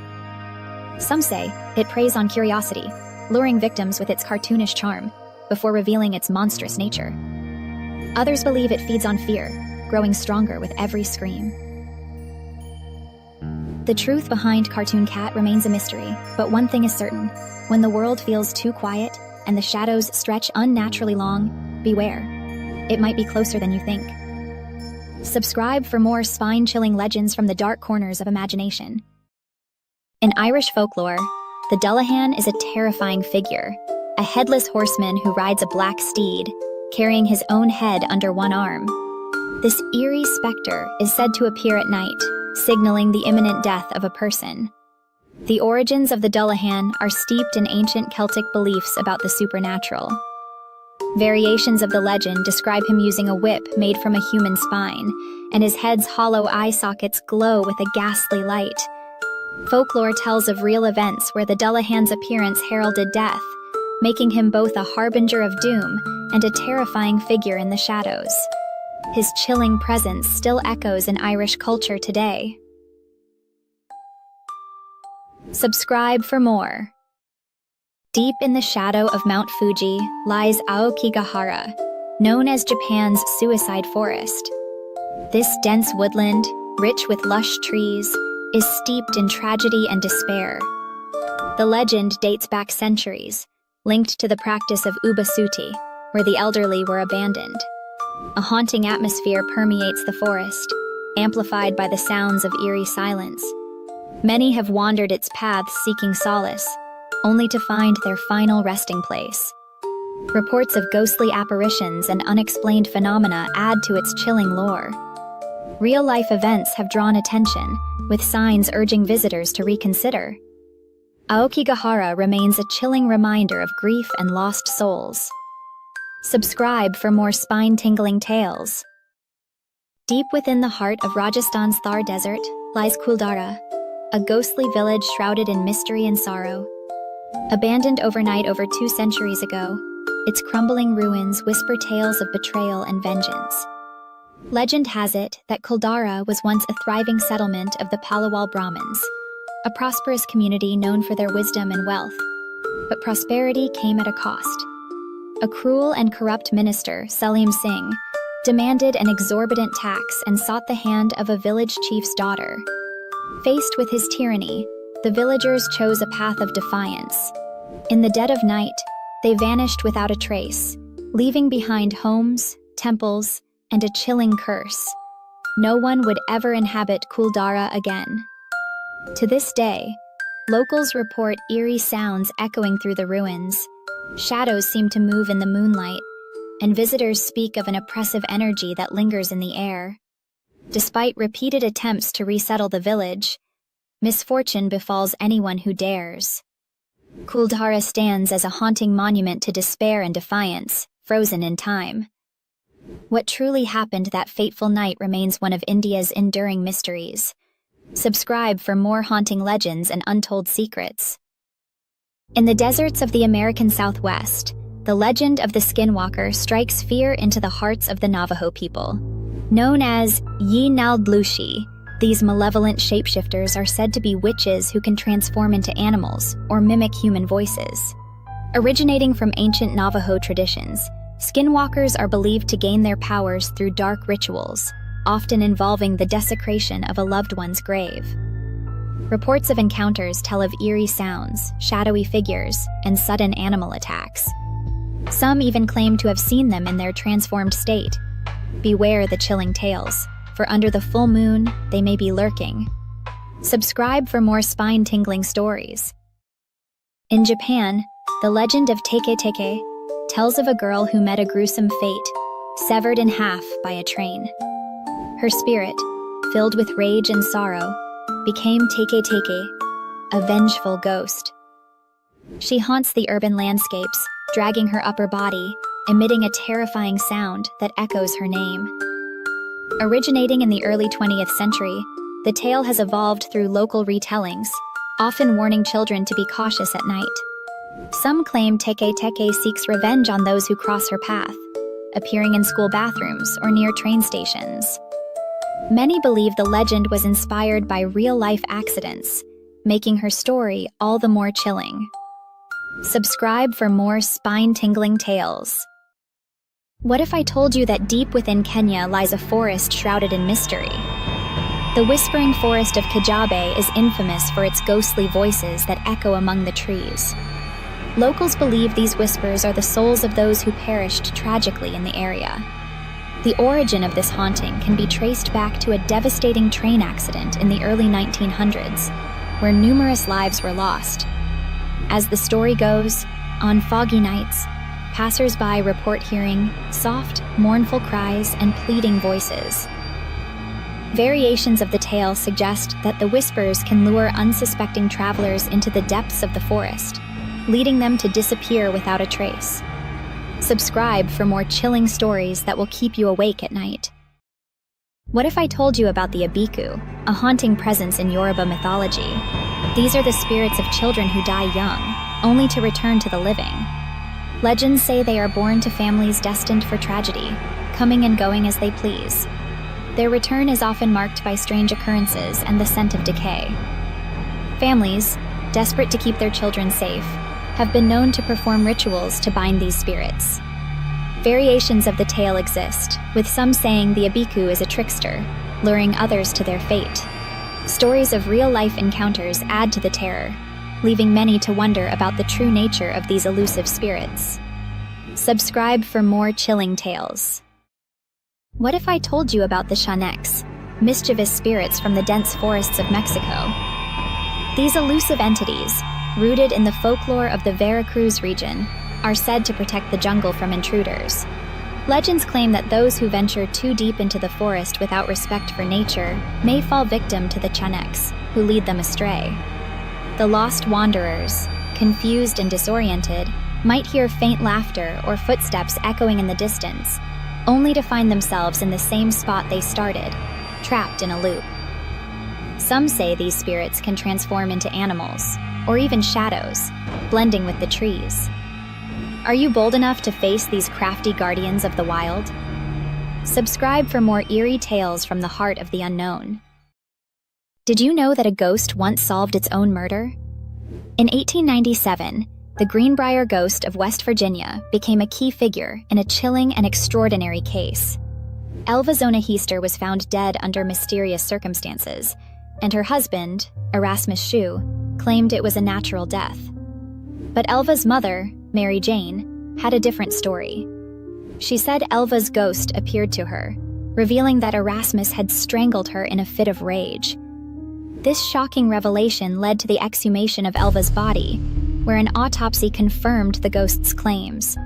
Erasmus was convicted of murder, making this one of the few cases where the supernatural helped bring justice. For more spine-chilling tales, hit subscribe and explore the mysteries of the unknown. What if I told you about the Tokoloshi, a notorious creature from South African folklore? This mischievous spirit is said to be a small, hairy humanoid, often described as having a huge head and glowing red eyes. Originating from Zulu mythology, the Tokoloshi is believed to crawl into the beds of unsuspecting victims, causing nightmares and sometimes even death. Its lore varies, with some tales saying it can be summoned by witches, or that it can be controlled with a wooden peg placed under the bed. In reality, the Tokoloshi reflects deep-seated fears in society, often intertwined with real events of unexplained misfortune.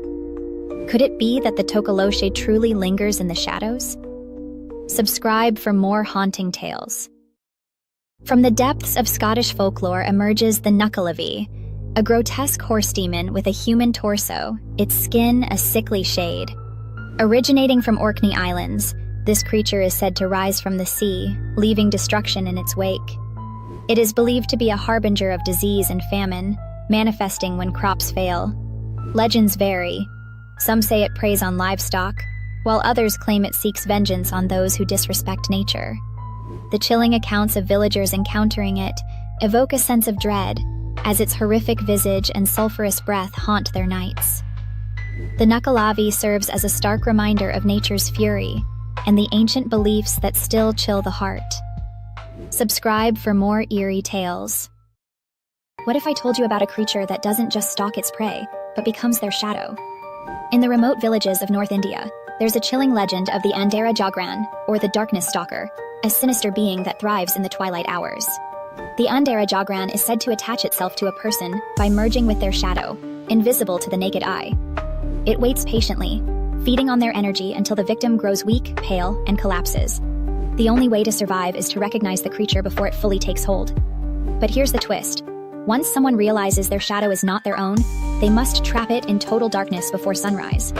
If they fail, the creature consumes not just their life, but their identity, leaving behind an empty shell of a person, forgotten and unrecognizable. Strange, distorted shadows and mysterious deaths have haunted locals for generations, especially during new moons when the world is at its darkest. Is this a warning to respect the unseen forces of the night, or does the darkness stalker still roam, silently waiting for its next victim? In the shadowy mountains of Japan, the legend of Yamamba, the mountain witch, lurks. Known for her long hair and eerie green skin, she is said to lure travelers to her lair. Originating from ancient folklore, Yamamba embodies the fears of the wild, representing both nature's beauty and its peril. Variations of her tale reveal her as a cannibalistic figure, preying on lost souls, driven by loneliness and despair. Some believe she was inspired by real-life events of people disappearing in the mountains. As stories spread, Yamamba became a cautionary figure, warning against venturing into the unknown. Beware, for she may still wander the trails, searching for her next meal. Subscribe for more chilling tales. In the heart of Indian folklore lies the haunting tale of the Churels, cursed women doomed to roam the earth as vengeful spirits. Originating from tales passed down through generations, these spectral beings are said to be the restless souls of women who suffered betrayal or mistreatment, particularly after childbirth. With their long hair draped over their faces and feet turned backward, they lure unsuspecting men into dark forests. Variations of the legend suggest that they seek revenge on those who wronged them, using their charm to ensnare their victims. There are whispered accounts of men who vanished without a trace, believed to be claimed by these malevolent spirits. Subscribe for more chilling stories like this one. What if I told you that ancient Egyptian tombs are cursed? The curse of the pharaohs originated when tomb raiders disturbed sacred sites. Legends claim that vengeful spirits protect their resting places, bringing misfortune to intruders. The most famous case is that of Tutankhamun's tomb. After its discovery in 1922, several people associated with the excavation died under mysterious circumstances. Tales of illness, accidents, and even sudden deaths fueled fears of a curse. Variations of the story suggest ancient texts warned of dire consequences for those who disrespected the dead. These chilling narratives serve as a haunting reminder. Some doors should remain closed. Subscribe for more spine-tingling tales. What if I told you that a Christmas tragedy became one of the most baffling mysteries in American history? On Christmas Eve 1945, the Sauter family's home in West Virginia was engulfed in flames. While George and Jenny Sauter and 4 of their children escaped, 5 of their kids vanished without a trace. Investigators claimed the children died in the fire, but no remains were ever found. Then came strange clues: a photo of one of the missing children, cryptic letters, and whispered theories of abduction. To this day, the Sauter children's disappearance remains unsolved. Subscribe for more haunting mysteries and stories that defy explanation. In Japan, the story of Teke Teke haunts train tracks and dark alleyways. This vengeful spirit is said to be the restless soul of a young girl who fell onto the tracks and was cut in half by a train. Her name, Teke Teke, mimics the sound of her dragging torso as she searches for vengeance. Originating in the 1950s, the legend has spread, spawning variations across regions. Some say she preys on those who linger too long near the tracks, a warning to heed the darkness. Real-life accidents have fueled the legend, blurring the line between fiction and tragedy. Will you hear the Teke Teke's call? Subscribe for more eerie tales from the shadows. In 2005, an unlisted episode of Dora the Explorer, titled Dora's Lost Adventure, appeared on the internet. It wasn't part of the official series, and no one knew where it came from. The episode began normally, with Dora and Boots on a treasure hunt, but things quickly turned eerie. The familiar music was replaced with distorted sounds, and Dora's usual cheerfulness vanished. Her eyes grew dark, and her voice became shaky, repeating, "Help me find the way out, before it finds me." Boots stood motionless, staring blankly at the screen. As the episode progressed, the characters found themselves in a decayed, empty house. Doors slammed shut, and the sound of heavy breathing echoed behind them. Dora whispered to the camera, "They're coming for you. You shouldn't have watched this." The episode abruptly cut to black. Those who watched reported feeling cold chills and hearing faint whispers in their homes afterward. Some even claimed they could hear Dora's voice calling, asking for help. The video was soon removed from the internet, but rumors persist that it still exists somewhere, waiting to be found. What if there's a cursed broadcast that drives people insane? In 1997, rumors began circulating about a strange late-night broadcast known only as the Screaming Station. Allegedly aired on an unregistered frequency, this eerie show featured distorted voices, unsettling music, and blood-curdling screams. Those who listened reported horrifying side effects: vivid nightmares, paranoia, and even psychotic breaks. The most chilling part? Many claim the broadcast ended with a voice whispering their name, despite them never sharing it. When authorities investigated, they found no trace of the signal, leading some to believe it was a supernatural phenomenon or a sinister experiment in psychological warfare. Was the Screaming Station just an urban legend, or does it still lurk, waiting to find its next victim? Subscribe for more terrifying tales of the unknown. In 2013, a strange game began circulating on social media, known simply as the Blackout Game. It was an innocuous challenge. Participants were instructed to turn off all lights in their home, set a timer for 10 minutes, and sit in complete darkness, alone. The goal was to experience true fear, as if the dark could reveal the secrets of the mind. At first, it seemed harmless, but then, stories spread of people hearing soft, whispering voices during the blackout. Some reported seeing shadows moving just beyond the edges of their vision, while others claimed they felt something touching them in the dark, though they were alone. The more people played, the more unsettling the stories became. One man, Sam, was found in his living room after completing the game, clutching a piece of paper with a name written in a language no one could decipher. His eyes were wide with terror, his body rigid, but when questioned, he could only whisper, "It saw me." A few weeks later, Sam disappeared, and the game continued to spread. Those who played the game and went missing were later found in similar states, eyes wide, terrified, and mumbling names they'd never spoken. The game faded from social media, but some still claim to hear the whispering voices if they sit alone in the dark for too long. They say the game isn't over. It's just waiting for its next player. Would you dare to play? In 2011, a strange phone number, 555-1313, began circulating in a small town. Calling it would play a crackling tone, followed by an echo of the caller's voice. At first, it was a harmless curiosity, but soon, callers heard more than their echoes, whispered secrets they'd never shared, eerie predictions, and distorted versions of their own voices. One man laughed off a prophecy of his death, until it happened, exactly as foretold. A journalist investigating the number found its source in an abandoned factory, where a single phone sat ringing. When she answered, her own voice whispered, "Don't look behind you." She vanished without a trace, and the number stopped working, though some still claim to hear phantom ringing late at night. Would you answer? In 2010, a young couple bought an old house in the countryside, eager to escape the hustle of city life. The house had been empty for years, and its former owner had passed away under mysterious circumstances. But the couple found it charming, with its creaky floors and antique furnishings. The first night they spent there, they noticed something odd. Every time they descended the staircase, they felt an unnatural chill. It wasn't just the temperature. Something was wrong. The shadows on the stairs seemed